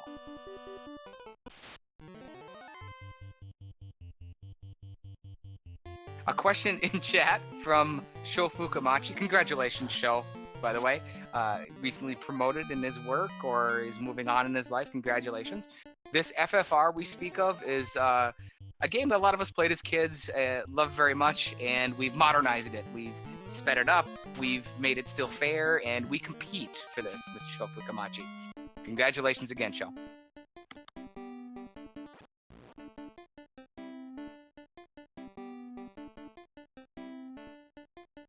Was that 10 hits for 70 damage? Regardless, Tiamat is definitely down. jkoper has lit his 3rd orb, the air orb. That was interesting. 10 hits for 70 damage. You're supposed to kill the fiend, not tickle him. 4th orb lit for Salty. Back in the green on his timer, and he can walk right into Temple of Fiends whenever he feels ready. I was able to catch his level on the Knight. His Knight is at level 23. That's fairly common. Brighter the better. Yeah, definitely solid enough to close things out. So good move to drop that red mage and get some more levels as you went through. Saltyphry enters the Temple of Fiends Revisited. We're going to call it the 125 mark. It was a little bit before. And he's going to go ahead and he's going to make his move. He's going to go ahead and run from the worm.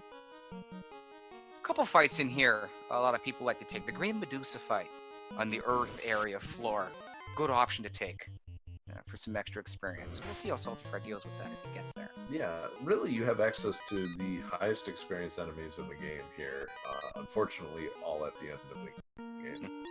So if you're looking to get levels and get spell charges, you're going to have to warp or exit out after you do your leveling here.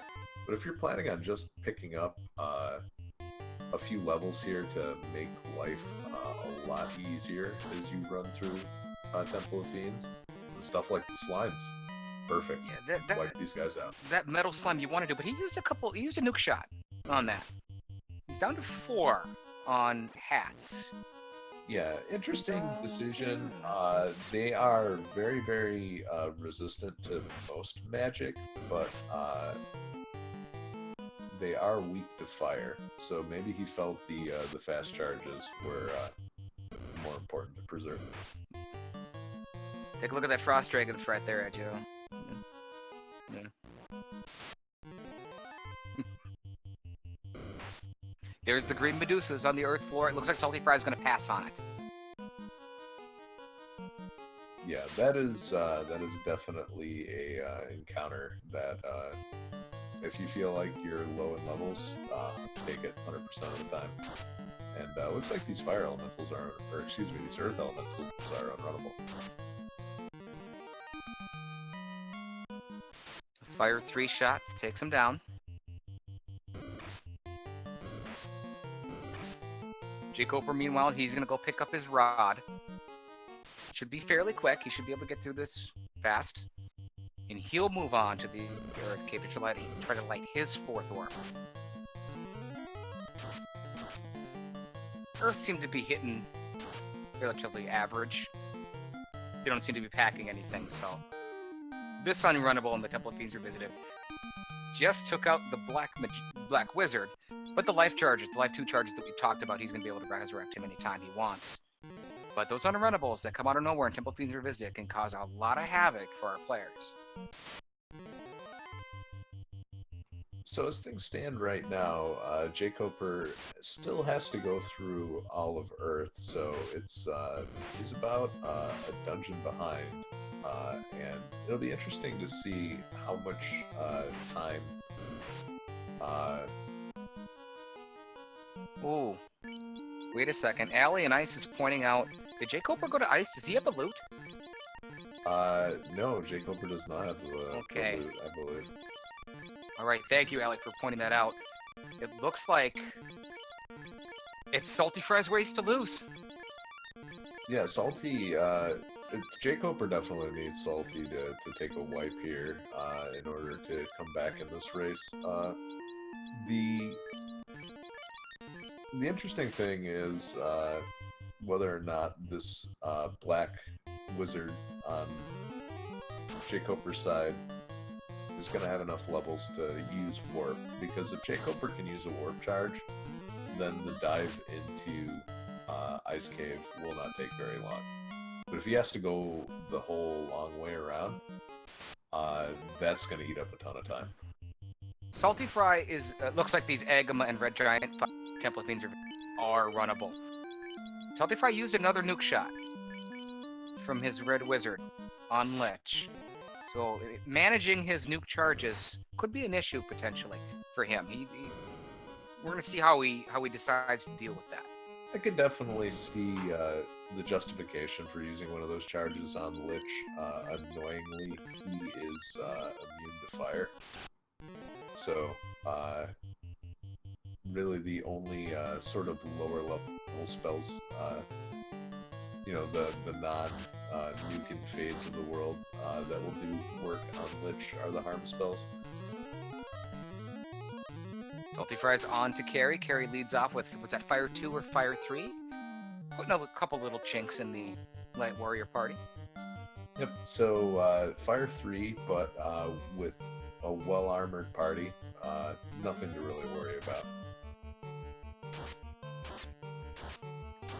And it looks like he's trying to balance the nuke charges out, the usage of the nuke charges out amongst the party, so that everyone has roughly the same amount of charges. 550 from the Knight takes down Carry. Saltyphry has moved on to the water floor. Yeah, he was conserving his charges there for sure. He did a physical melee attack with his wizard against Carry. Yeah, 8 hits for 552, so lots of crits on that swing. Kraken 2. Oh, anyone who's played this game knows all about the second incarnation of Kraken and the things that it can do. And I certainly think this is where you just dump out the nuke charges if you have them. Yep. There you go. And with all of the available life charges, as long as anybody survives, pretty much, you're gonna be fine.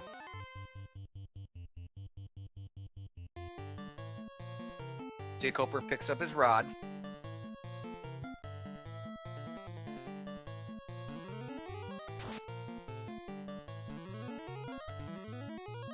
Saltyphry using a blend here of the Power Gauntlet fast and attacking with nuke. Kraken 2 comes out with Bane. He's already knocked out the Black Wizard, but it looks like the Black Wizard got the fast off. Onto the Knight. And Salty electing to just attack here must think that Kraken doesn't have very much in the way of HP, but I think this he's playing with fire here. It's got life on the Knight, but this could be very dangerous. Edge, can you hear me?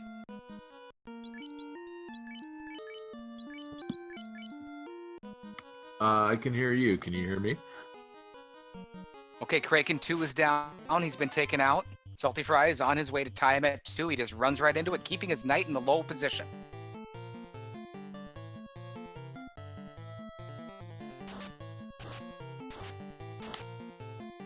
All right. Team out 2 fight. Here we go.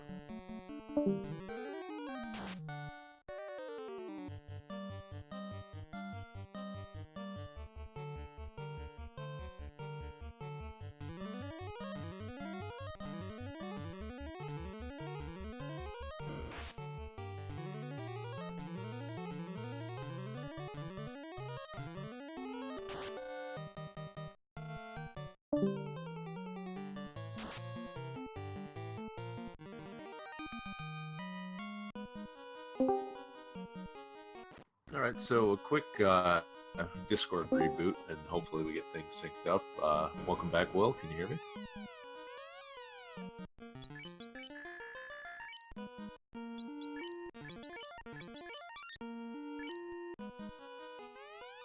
And right on time, too. Salty into the Chaos fight. And he's got a charge of Invis too to throw out here, so good planning. That extra evasion is definitely going to help for this fight, and looks like he's going to use the Power Gauntlet to get a charge of Saber out as well. Chaos leading off with Zap, though, and that's a little rough. A lot of resources on that Black Mage that won't get used in this fight. And it looks like he hits pretty hard, too.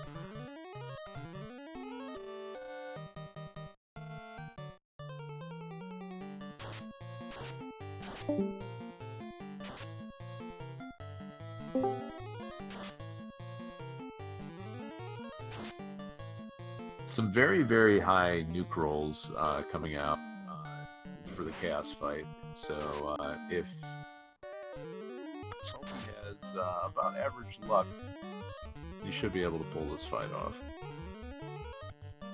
Heal 3 coming out from his Red Wizard. He's got the tank. He's got the tank in the lower spot. He's in good shape down there with the Knight. Is that the Vorpal Edge? It looks like it. Yeah, Vorpal doing work. 5 hits for 280. Previous hit went for 500. So it looks like Chaos rolled fairly high HP, but in the face of a giant pile of nukes, that's going to do it. Congratulations, Saltyphry, finishing in first place. The winner of the first match here in the 2018 Final Fantasy Randomizer Spring Tournament with an official SRL time of 1 hour, 34 minutes, and 55 seconds. GG's, get your GG's out, chat. Congratulations, Saltyphry. GG to Salty. We'll see if we can get him in for an interview.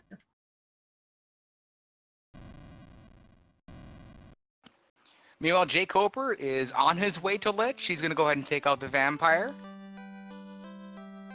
and light his 4th orb.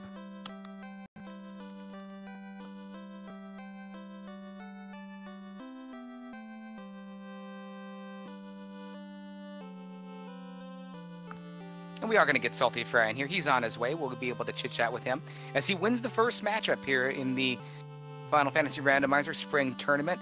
It's so exciting, Edge. I just think this is going to be so much fun. I think we're going to have a great time. I think, we're trying to figure out some prizes for the winners. And just the overall exposure of this game that, certainly we all love is just fantastic for us. Yeah, definitely excited to see how this tournament works out. And I'm glad that the community is growing and interest has definitely been raised by these events. And we've got Saltyphry in the waiting room, so let's pull him in right now. GG to you, Salty. Thank you. Saltyphry, congratulations, GG. You're the first winner and the first one to go 1-0 here in the Swiss rounds of the 2018 tournament. Thank you very much. So, I have to ask, going through Mirage and Sky with just an ice sword, you were still cracking open chests. What do you usually feel is sort of the minimum weapon that you need in order to close the game out? I don't really know exactly. I was kind of hoping for something a little better. I wasn't really too sure how Ice Sword was going to work out for me. I ended up getting the Vorpal, which maybe worked a little better. I'm not really too sure. Obviously, Excalibur or Massimian would have been a lot nicer. Saltyphry, you had a little bit of trouble in the waterfall. You took a couple hits there, and you went back in to do it again.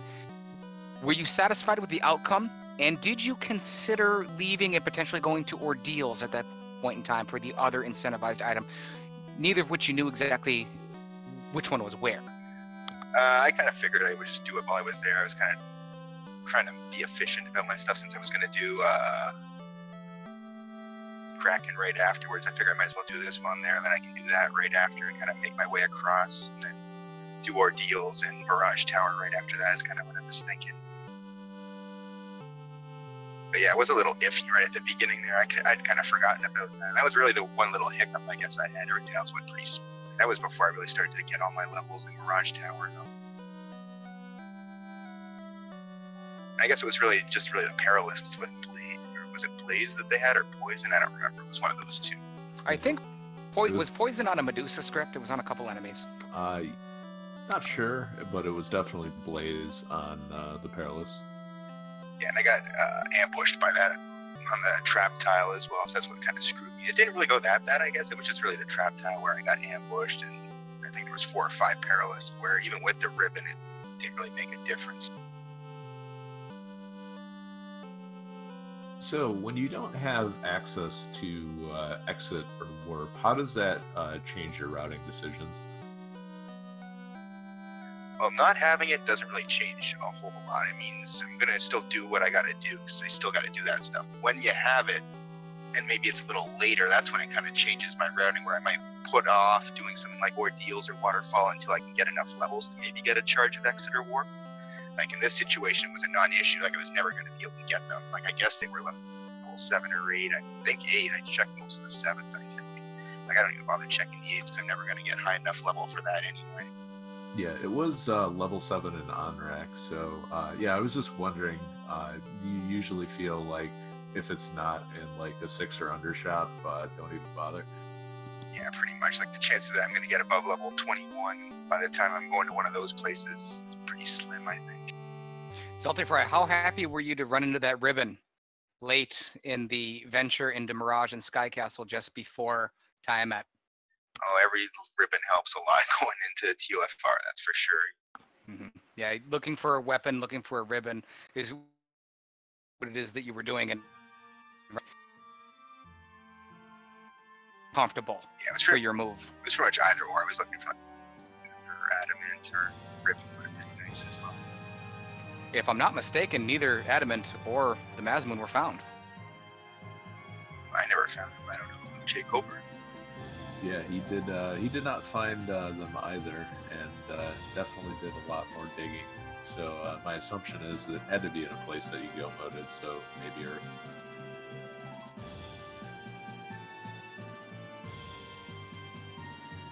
We'd like to open up the questions for our first winner, Saltyphry, to the chat room. If anyone has any questions, please feel free to ask them, and we'll see what Saltyphry's answer is.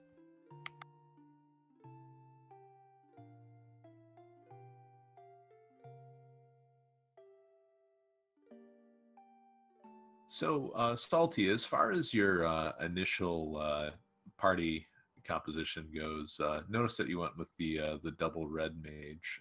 Is that something that you feel like the double red mage is more useful than having a white mage? I kind of like the versatility of them and their survivalness a little more than the white mage, I kind of find. just kind of gamble that hopefully the life spells and exit, if they show up earlier in the right slots. Life 2 was in a decent spot for this race, at least. Like, even if it shows up like it is today in the ruse spot, it's still kind of all right, like, because I'm still going to have it more or less for when I get the TOFR, which is when I really want it. A question in chat from Czar, and it's about the Vorpal. He's asking, Salty, did the Vorpal serve you well? Yeah, I can't complain. Killed all the bosses I needed to kill. I wasn't sure what was going to happen, what the result was going to be going into TOFR. I was medium leveled, I guess. I've been lower level before, but usually I got better weapons. So without the weapon, I really didn't know what to expect. And overall, it went really well. I can't really complain about the TOFR, and that's really what it was for. And speaking of TOFR, jkoper is going to save up, and he's headed to 2FR at this point as well. Now, Saltyphry, you entered Temple Fiends Revisited just a few seconds before the 1 hour and 25 minute mark, and it looks like jkoper is going to go ahead and enter right now, right around the 142, 143 mark as well. So you had a pretty good game, Saltyphry. Congratulations again. Thanks. It felt like it went pretty smooth. Like, it was really just that one hiccup, the waterfall, and otherwise, overall, yeah. Could have spent maybe a little less time grinding on some mobs early on. And I guess the encounter table felt like it was kind of crappy. It wasn't really any good spots. It just keep resetting. You just kept having to take fights, and it felt like a lot of them were on really short steps too. Yeah, we noticed that, especially early on, when you were a little light on saving items and trying to go through the river, that caused both runners quite a few issues. I guess, what was it, the Hydras that had Blaze as well, I think it was. Yeah, and when they don't blaze, they usually hit you real hard. In Saltyphry, what ended up happening earlier in the game was you went down the eastern side, down to the Crescent Lake area, and jkoper actually went back west. He turned to the crown earlier than you did, which allowed him to actually pick up the opal armor and a few other of the key lock chests, which gave him the money for the floater. So he was actually able to buy the floater a decent amount of time before you did. You had to, unfortunately, you had to walk on foot back and forth once you had enough money to go ahead and get the airship. So jkoper actually had that a little bit before you, but your routing and the way that you worked this seed was very masterful. Very, very good job. Thanks. I was a little awkward there right at the beginning there, just trying to find just enough money, because I wasted I shouldn't say wasted, I spent a bunch of money on 10 houses that I probably could have saved that would have made buying that floater much, much easier as well. The houses served me well, but I could have put them off for quite a while, I imagine. I didn't need them right away. jkoper hitting the 1 hour 45 minute mark now. He's going to go ahead and take on the Phantom. The Phantom is runnable at this point. Again, the unrunnable formations. He's going to have the Earth packs coming up on the Earth floor that you had, Saltyphry. They're going to be unrunnable, but the Agamas are not on the Fire floor, it looks like. And I think jkoper does not realize that the Phantom is runnable. Definitely something. Muscle memory? Yeah, exactly. Yeah, that's what it is. Yeah. With Free Bridge, talking to how I talk to the king with the Free Bridge flag on for every single scene. Yeah, mine is the Wizards. Automatically, oh no, it's the Wizards. Gotta fight them, and then gotta fight that muscle memory and take a look and see if they're runnable or not. But of note, while we were talking to Salty, this is jkoper's second dive in Temple of Fiends. His red mage got sniped by Phantom, who crit him for all his health. So definitely unlucky fight there.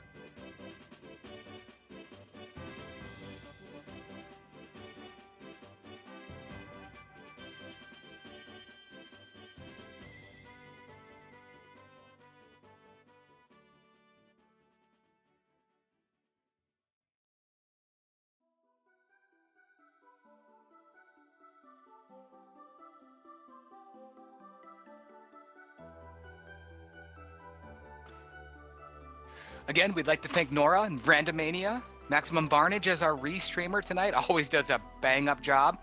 Czar is our tracker, and certainly I'd like to thank you, Edge. It's always a pleasure working with you.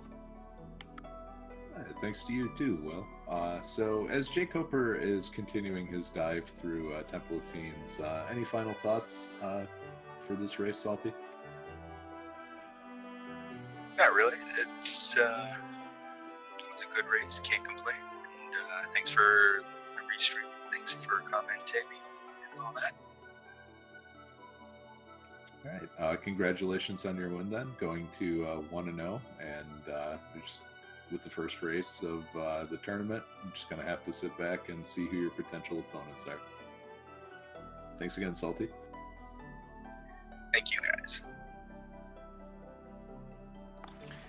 jkoper's moved up to at least level 26. I think that was his Black Wizard at this point.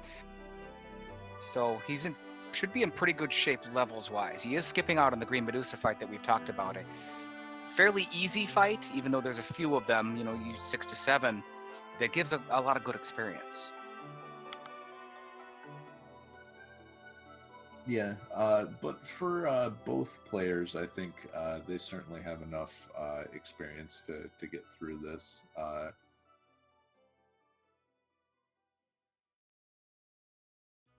Lich throwing out ink at the start, so this will be a pretty free round. Yeah, it looks like Lich has been hanging out with Kraken a little bit. He taught him the ink skill. Ooh, Inferno comes out next. Uh-oh. And Inferno, while, not nearly as brutal as the nuclears and the swirls and the tornadoes of the world, is the strongest fire elemental attack in the game. And that can hit you upwards of 350. So definitely not to be trifled with. Grey Worm's being really annoying coming out with Cremate, and there's the unrunnable Agamas. See, now I thought Saltyphry went through Temple of Fiends Revisited. Didn't he have 4 Agamas and he ran from it? Now this 3 Agamas... One of them might have been the Red Giant. Yeah, it was 3 plus a Red Giant is what I had. Okay. Oh, he's going to get some experience whether he likes it or not. jkoper, he really gave it to the Agamas this game. He worked them. Yeah, giant pile of Agama facts, and I will be interested to see if the time difference at the end of the game, when we look at things, and oh god, Carrie's got nuclear. Oh, it goes the master. Yeah, and probably feels bad that he didn't revive the Black Mage beforehand, but oh god, he's got to nuke his way out of this. jkoper's down to the... Electing to go with fast, saving his nuke charges, and yeah, this is... jkoper so perishes to carry 2. Yeah, and I always I understand the feeling of wanting to preserve spell charges, and this might be another instance of muscle memory where you think, I've got floors and floors full of unrunnables that I need to save these spell charges for, but you really don't. And I think Unrunnable Shuffle has made it the impact that I see on the overall meta is that the heavy mage parties definitely have a lot more value because you'll get to the bosses with more spell charges than you normally would. A question in chat from Miria, how come Life 2 wasn't being used? And it's been answered by Entroper. Thank you, Entroper. But Life 2, Life, Warp, Exit, and a small handful of spells are not castable in battle. They can only be used outside of battle. So that's not something that you can use to revive someone while you're battling, in this case, a carry 2. Yeah, and I think not using the Life 2 before the carry fight was a mistake. Although with the Black Mage having absolutely no HP whatsoever, he would have died in one shot to the nuclear for sure. But maybe he lives long enough to cast a nuke or cast fast. You never know. Right, and that could have made all the difference, because what ended up happening was going into that fight without the Black Wizard made his Red Mage use the fast, and the Master got knocked down, and he lost a turn in that case with the Red Wizard as well. So the idea is whether or not he brought back up the Black Wizard.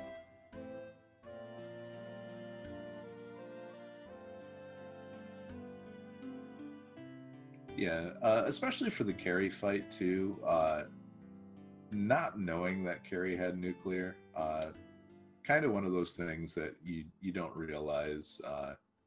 Most of the time, you can get through a Carrie fight and conserve some of your resources, but not this time around. And jkoper here, a lot of people might be questioning him leaving his Master at the top at 52 HP. I would think, Edge, that his thinking here is he'll just revive him with Life 2 if need be, and he's saving the time menuing. Is that correct? Yeah, Life 2 is the best heal spell in the game. Yeah, that's pretty good. Only requirement is you have to be dead, and unfortunately, there's no X-Dan spell in the game, so you can't just kill off your own party member and then pick them back up again. That's right, me and Edge. We talked about this actually quite early on in the stream. Little subtle things that make a difference in different types of players. It matters. This is something that's going to save him, a little bit of time. Yeah, and especially if for a level 24-25 black belt, you may not see the efficiency gain in it, but imagine dumping heal potions into a level 42 black belt. It eats up a lot of time, and if you can get around that by throwing down a Life 2, you've just saved 30 seconds to a minute, depending on how fast your menuing is. And that time can matter. I mean, it's the percentage. It definitely does add up.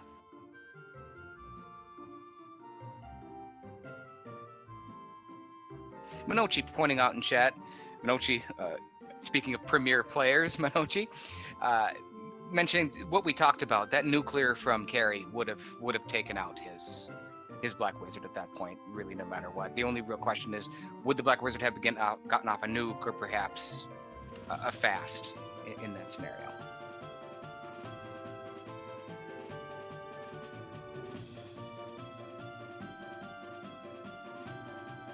Round 2, jkoper versus Carrie 2. Yeah, and I think this time he's not going to play around, although max damage roll on the Fire 3, so... The Black Wizard did get the fast off. He used it on the Ninja, it looks like. Did he use it on the Ninja?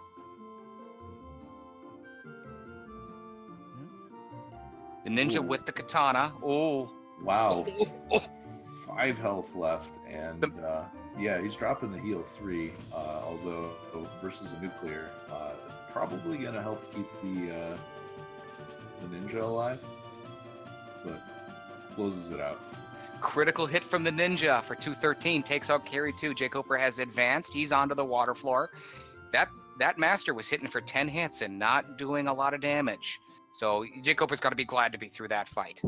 Yeah, the level 21 black belt can certainly get the job done, but he's going to need some support with it, and either a use of the power gauntlet or a couple temper charges is going to make all the difference in the world. Again, jkoper, he's leaving his Black Wizard down at this point.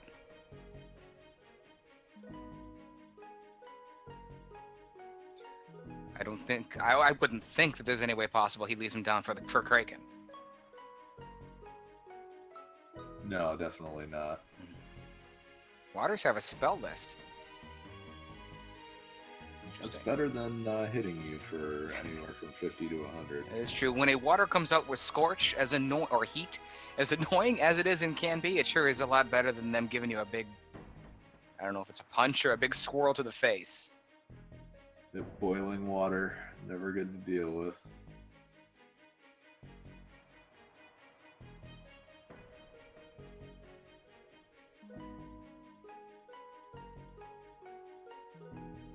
jkoper gearing up for his fight with Kraken 2. Oftentimes the gatekeeper here in the Temple of Fiends revisited in Final Fantasy in general. And he did revive his Black Wizard. One hit or one large spell from Kraken could take him out again. Very similar. He's got low HP. He's right around 200.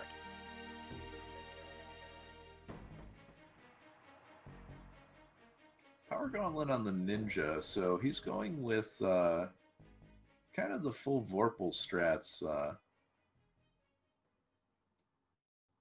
so to speak. The oh geez, Oh my.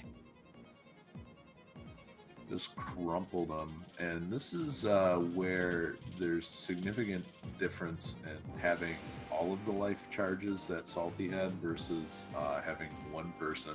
If that red mage gets sniped, he's going to have a very, very difficult time for the rest of this Temple of Fiends. 8 hits, 63 damage from the Master, no good. Bane from Carry 2 breaks through and takes out the Master. The red wizard that Edge just said has got to survive this fight.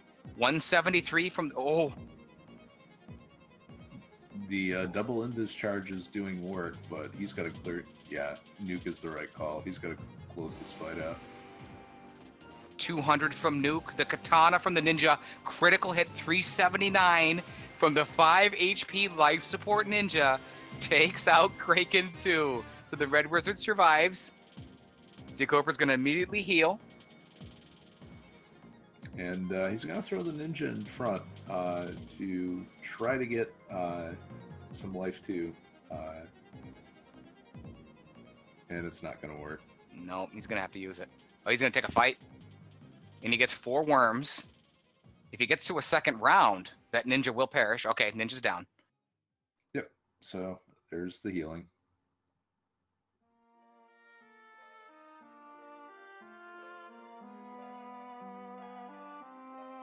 Two more Fiends to go.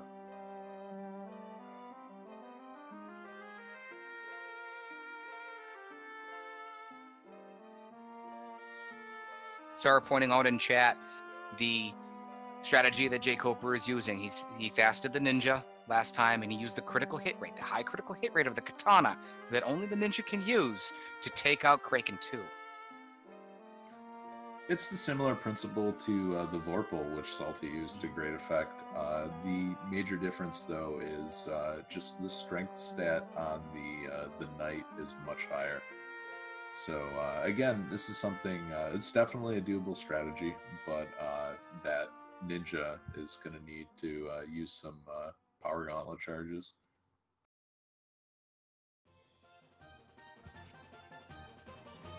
Both of jkoper's top 2 characters, the Ninja and the Black Belt, or the Master, excuse me, were fasted. jkoper takes down Tiamat 2. He's going to heal up. Always heal up. Look out for the Wizard Vampires and Zombie Dragons, and the Wizard Vampires and Vampires. They will get you. Also, I think airs are around here as well, right before you can get to the Chamber of Chaos. Yeah, there are a lot of nasty encounters, although less so with the Runnable Shuffle, but Iron Ghouls can ruin your day. The Vampire packs, like this, can certainly ruin your day. There they are. They got Will earlier today, I can tell you that. They got me. Yeah, even the Air Elementals, the Nightmare Evil Men, are they Evil Men? Yeah. That's also a rough fight. Let's see how jkoper, he's going to heal up. Let's see what he does with his party, how he aligns his party at this point to take on Chaos. He's moving the defense sword, the Roost casting defense sword, around. He put defense on the Ninja. Yeah, and it looks like Ninja does not have a ribbon at this point. he will now. Looks like he's going all in on making the Ninja the primary damage dealer. So this is kind of an interesting result, having spent the time leveling the Black Belt, only to put the game in the hands of the Ninja. You have to wonder, would this have been a much closer race if he would have just, thrown the Black Belt strategy out the window? Now it looks like he's going to use the Master.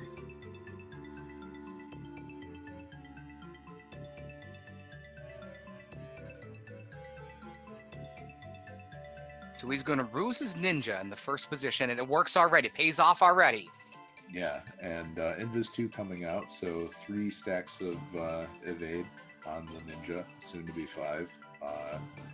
And I think once you get the fast charges set up, you just have to go in nuking.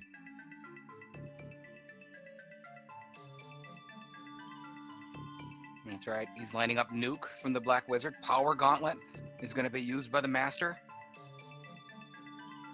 173 from nuke. Zap from Chaos takes out the Black Wizard, but he got off a nuke. He got off a fast. I would think that jkoper's satisfied with what he got out of that. Yeah, and certainly because Zap could have easily knocked half of his party out there.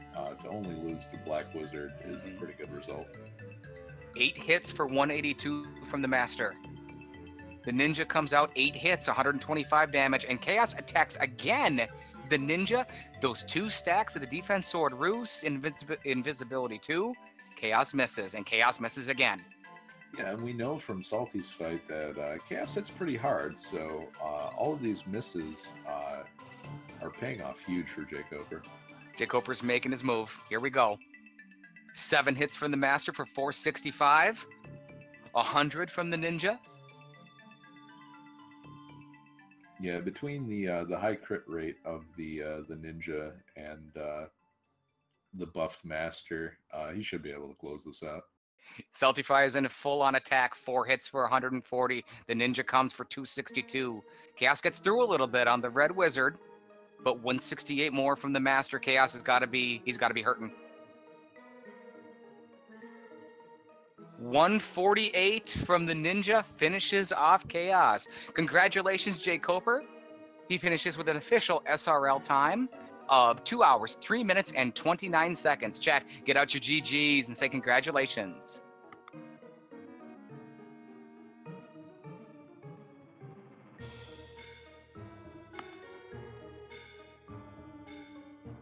So our use of fasting and the critical hit rate of the katana on the Ninja was very prominent here for jkoper, that he used to go ahead and take out certainly Tiamat, and he used it against Chaos as well.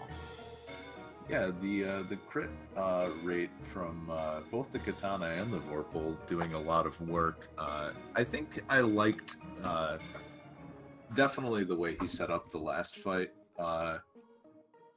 Since Chaos tends to be a longer fight, using the buffs on the black belt would have been a lot more effective, and that's exactly what he did. But for fights where you didn't have, you weren't sure if you had as much time to set up, like the Kraken fight, just taking the high crit rate damage and trying to do as much damage as fast as possible, that's the right move as well. That's right. And actually, for anyone that still might be learning a little bit about Final Fantasy and Final Fantasy Randomizer, jkoper used the high crit rate of the katana on the Ninja, and we saw Saltyphry use the high crit rate of the Vorpal on the Knights. So those are 2 weapons that are, I don't know if the term is maligned, but there's definitely debate about them. How should they even be used? Yes, absolutely, they should be used. This is how you do it. I think this is a good example by 2 very good players that showed how they can be used and how they can be victorious. Yeah, and you're not going to have Mazmune and Excalibur every time you run through this. Maybe you're just not going to find a suitable grind spot, and the black belt strategy isn't going to pay off either. The ability to adapt is certainly important. That's right. Adapt, knowledge of the game, and certainly practice. I don't know what beats practice in playing the game. That's, you can understand it all you want on paper, but being able to execute it's very important. I personally have issues with execution. Know the game really well, but I just sometimes just can't do that. And I think tonight was 2 maybe more difficult ways to execute it based upon what they had without the Mazmune, without the Adamant that could get the Excalibur certainly for Saltyphry, and without the even more grinding that jkoper, he wanted to do more. But given this flag set, he wanted to certainly move on as well. So this is a good example of what you can use to move forward and win this game.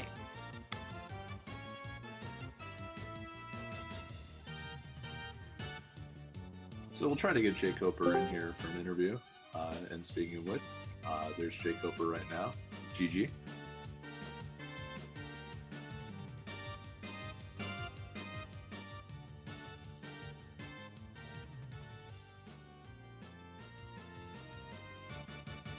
Sorry, I forgot that I had push to talk set again. I'm gonna keep forgetting, I think. But anyway, thanks for the GG. And GG to Saltyphry. It was a good time you put up. Thanks, GG. Yeah, it looks like you had a bit of a rough time in Temple of Fiends. That nuclear certainly, definitely worse for your party composition than Salty's. I mean, I wouldn't really worry about Temple of Fiends because I think anything that happened after he finished was pretty irrelevant. I didn't heal before the nuclear, so I mean, maybe I would have played it differently if he was still racing. I'm not really concerned about that. jkoper, GG's, congratulations. The move that you made early in the game, when you got the canoe from Bicky the Pirate, you headed back west and turned in the crown and took out Astos. That gave you a lot of money. The opal armor gave you the opportunity to sell that. It was max price, and it gave you the floater pretty early. You were the first one to have the airship. Did that surprise you at all that the floater was for sale? Did you kind of think that was coming at all? And were you happy with your decision to take that route and get the floater early? Yeah, I think I was happy with most things. I think the main thing that threw me off in this seed was trying to get warp or exit before doing ice primarily, or deals, and then warp was level 7, and then I never even got charges of it until maybe Temple of Fiends, but that's, you know, completely irrelevant by that point. And I didn't know for sure, so if the red mage would get charges after class change. So a couple of things happened there. My black mage died earlier than I intended him to die in the volcano when I was grinding there, and then yeah, I don't know, at that point I was just trying to figure out a way to get him up to the levels where he would have warp, and I never even got him there. And then it turns out you know, going through Ice Cave at the level that I did, it would have only saved like a minute maybe, and I spent far more time than that worrying about it. So I should have just forgotten about it when it was such a high level, just not worried about it at all. I think that would have been much better for me. So I don't know, unless I was going to actually keep my black belt alive, or black mage alive, and level him a little while, I could have been more cautious with him, made sure he healed. But yeah, I don't know how I felt about the grinding either. It was a bit slow because I didn't have good weapons, and you know, the weapon fixes were on. A question in chat from Zardia was actually basically where I was going to go next. How satisfied with you with your strategy in the Temple of Fiends Revisited, using the ninja and the katana and its skills and its skill set to get you through there? What? I don't understand the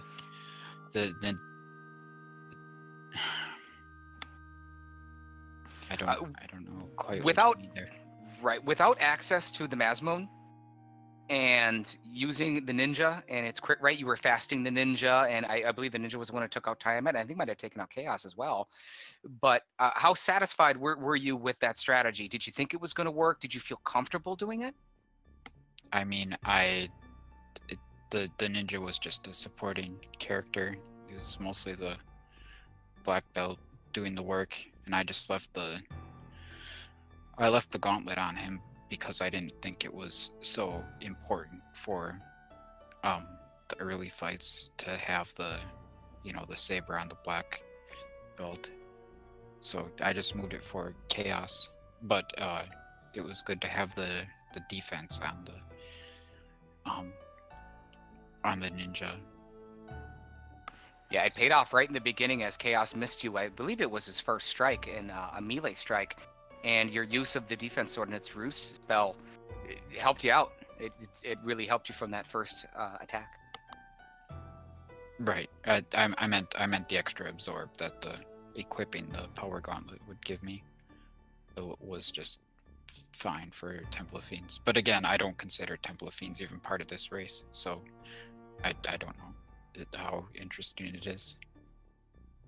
At my Temple of Fiends. His maybe. I don't know if anything interesting happened to him, but like I said, once he's done, then the race is over, in my opinion. So for the black belt grind, what was your target level? Was that 21? My target level was until I ran out of heal potions, because that's what happened. So, yeah, I might have considered going a little more if I had more healing. I only had 70 to start, and maybe I should have bought more, but I think that it was fine what I did. I think that part was not bad. Yeah, I think that everything through Volcano was fine, but the decision making I made afterwards, trying to get warp, was not worth my time. So, and then I think I opened too many chests. I was pretty sure that both the things that I still needed were going to be in the incentivized chests, and I didn't need to open anything else. But I kind of wanted like some ribbons mostly. I eventually found one, but it's man, yeah, there was not a lot of good stuff in all those chests I opened. So I don't know. Yeah, there was another ribbon in ice, and we never saw the third.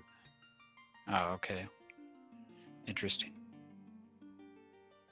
Yeah, 3 items that that neither of you gentlemen picked up: the adamant, the Mazmoon, and the third ribbon. The sun sword came late. It was in Mirage, I believe. Mm-hmm. Yeah, the first floor of Mirage had 2 of the things from the second floor, I think. Is that it? Or is that normally where the Aegis shield is? On the first floor? Anyway, but then the sun floor was on the first floor instead of the second, so... Yeah, little bit of vanilla-ish going on there. Okay, that's everything I've got for jkoper. Edge, any more questions? Just as far as your team composition goes, are you still planning on sticking with the black belt? I think that black belt is probably the way to go here. With these flags, considering how easy it is to find all the required items and how difficult it might be to find the Mazmium.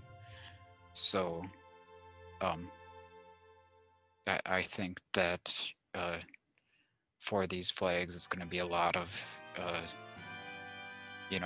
just go to the incentivized places, check some clumps of chests, and then do grinding.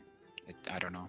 Doesn't seem not the most interesting challenge to me, but this is what the people wanted, so whatever. All right, that's about all that I have. Do you have any final thoughts, jkoper?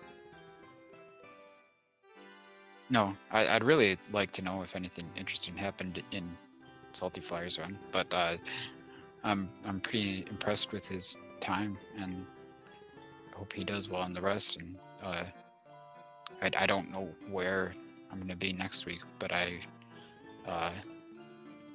hope I can come back and do a little better next time, I guess.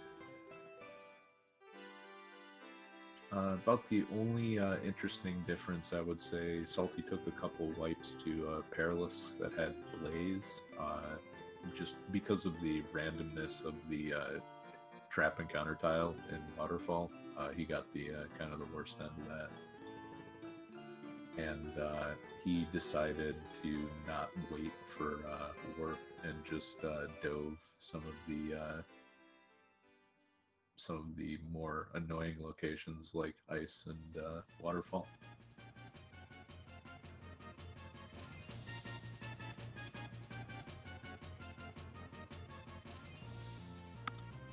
So I think that's going to do it for tonight's race. Again, thank you to Randomania for having us on here, and thanks to jkoper and Saltyphry for putting on a heck of a show for the first race of the tournament. Congratulations, Saltyphry. Good first match to kick off this spring tournament. It's going to be 5 weeks long. It'll be here on Randomania. It'll also be on our broadcast partner, Speed Gaming.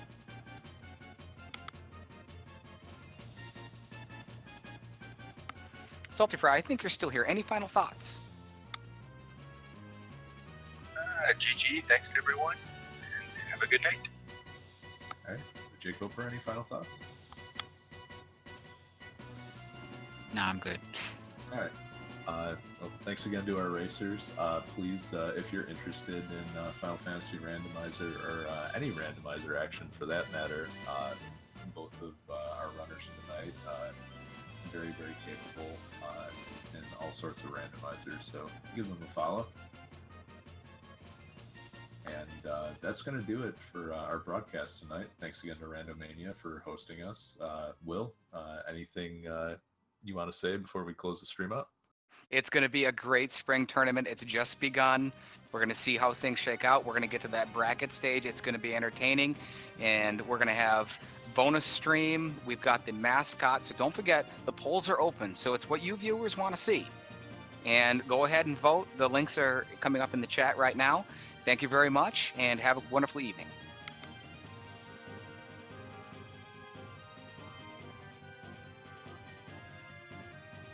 Thank you.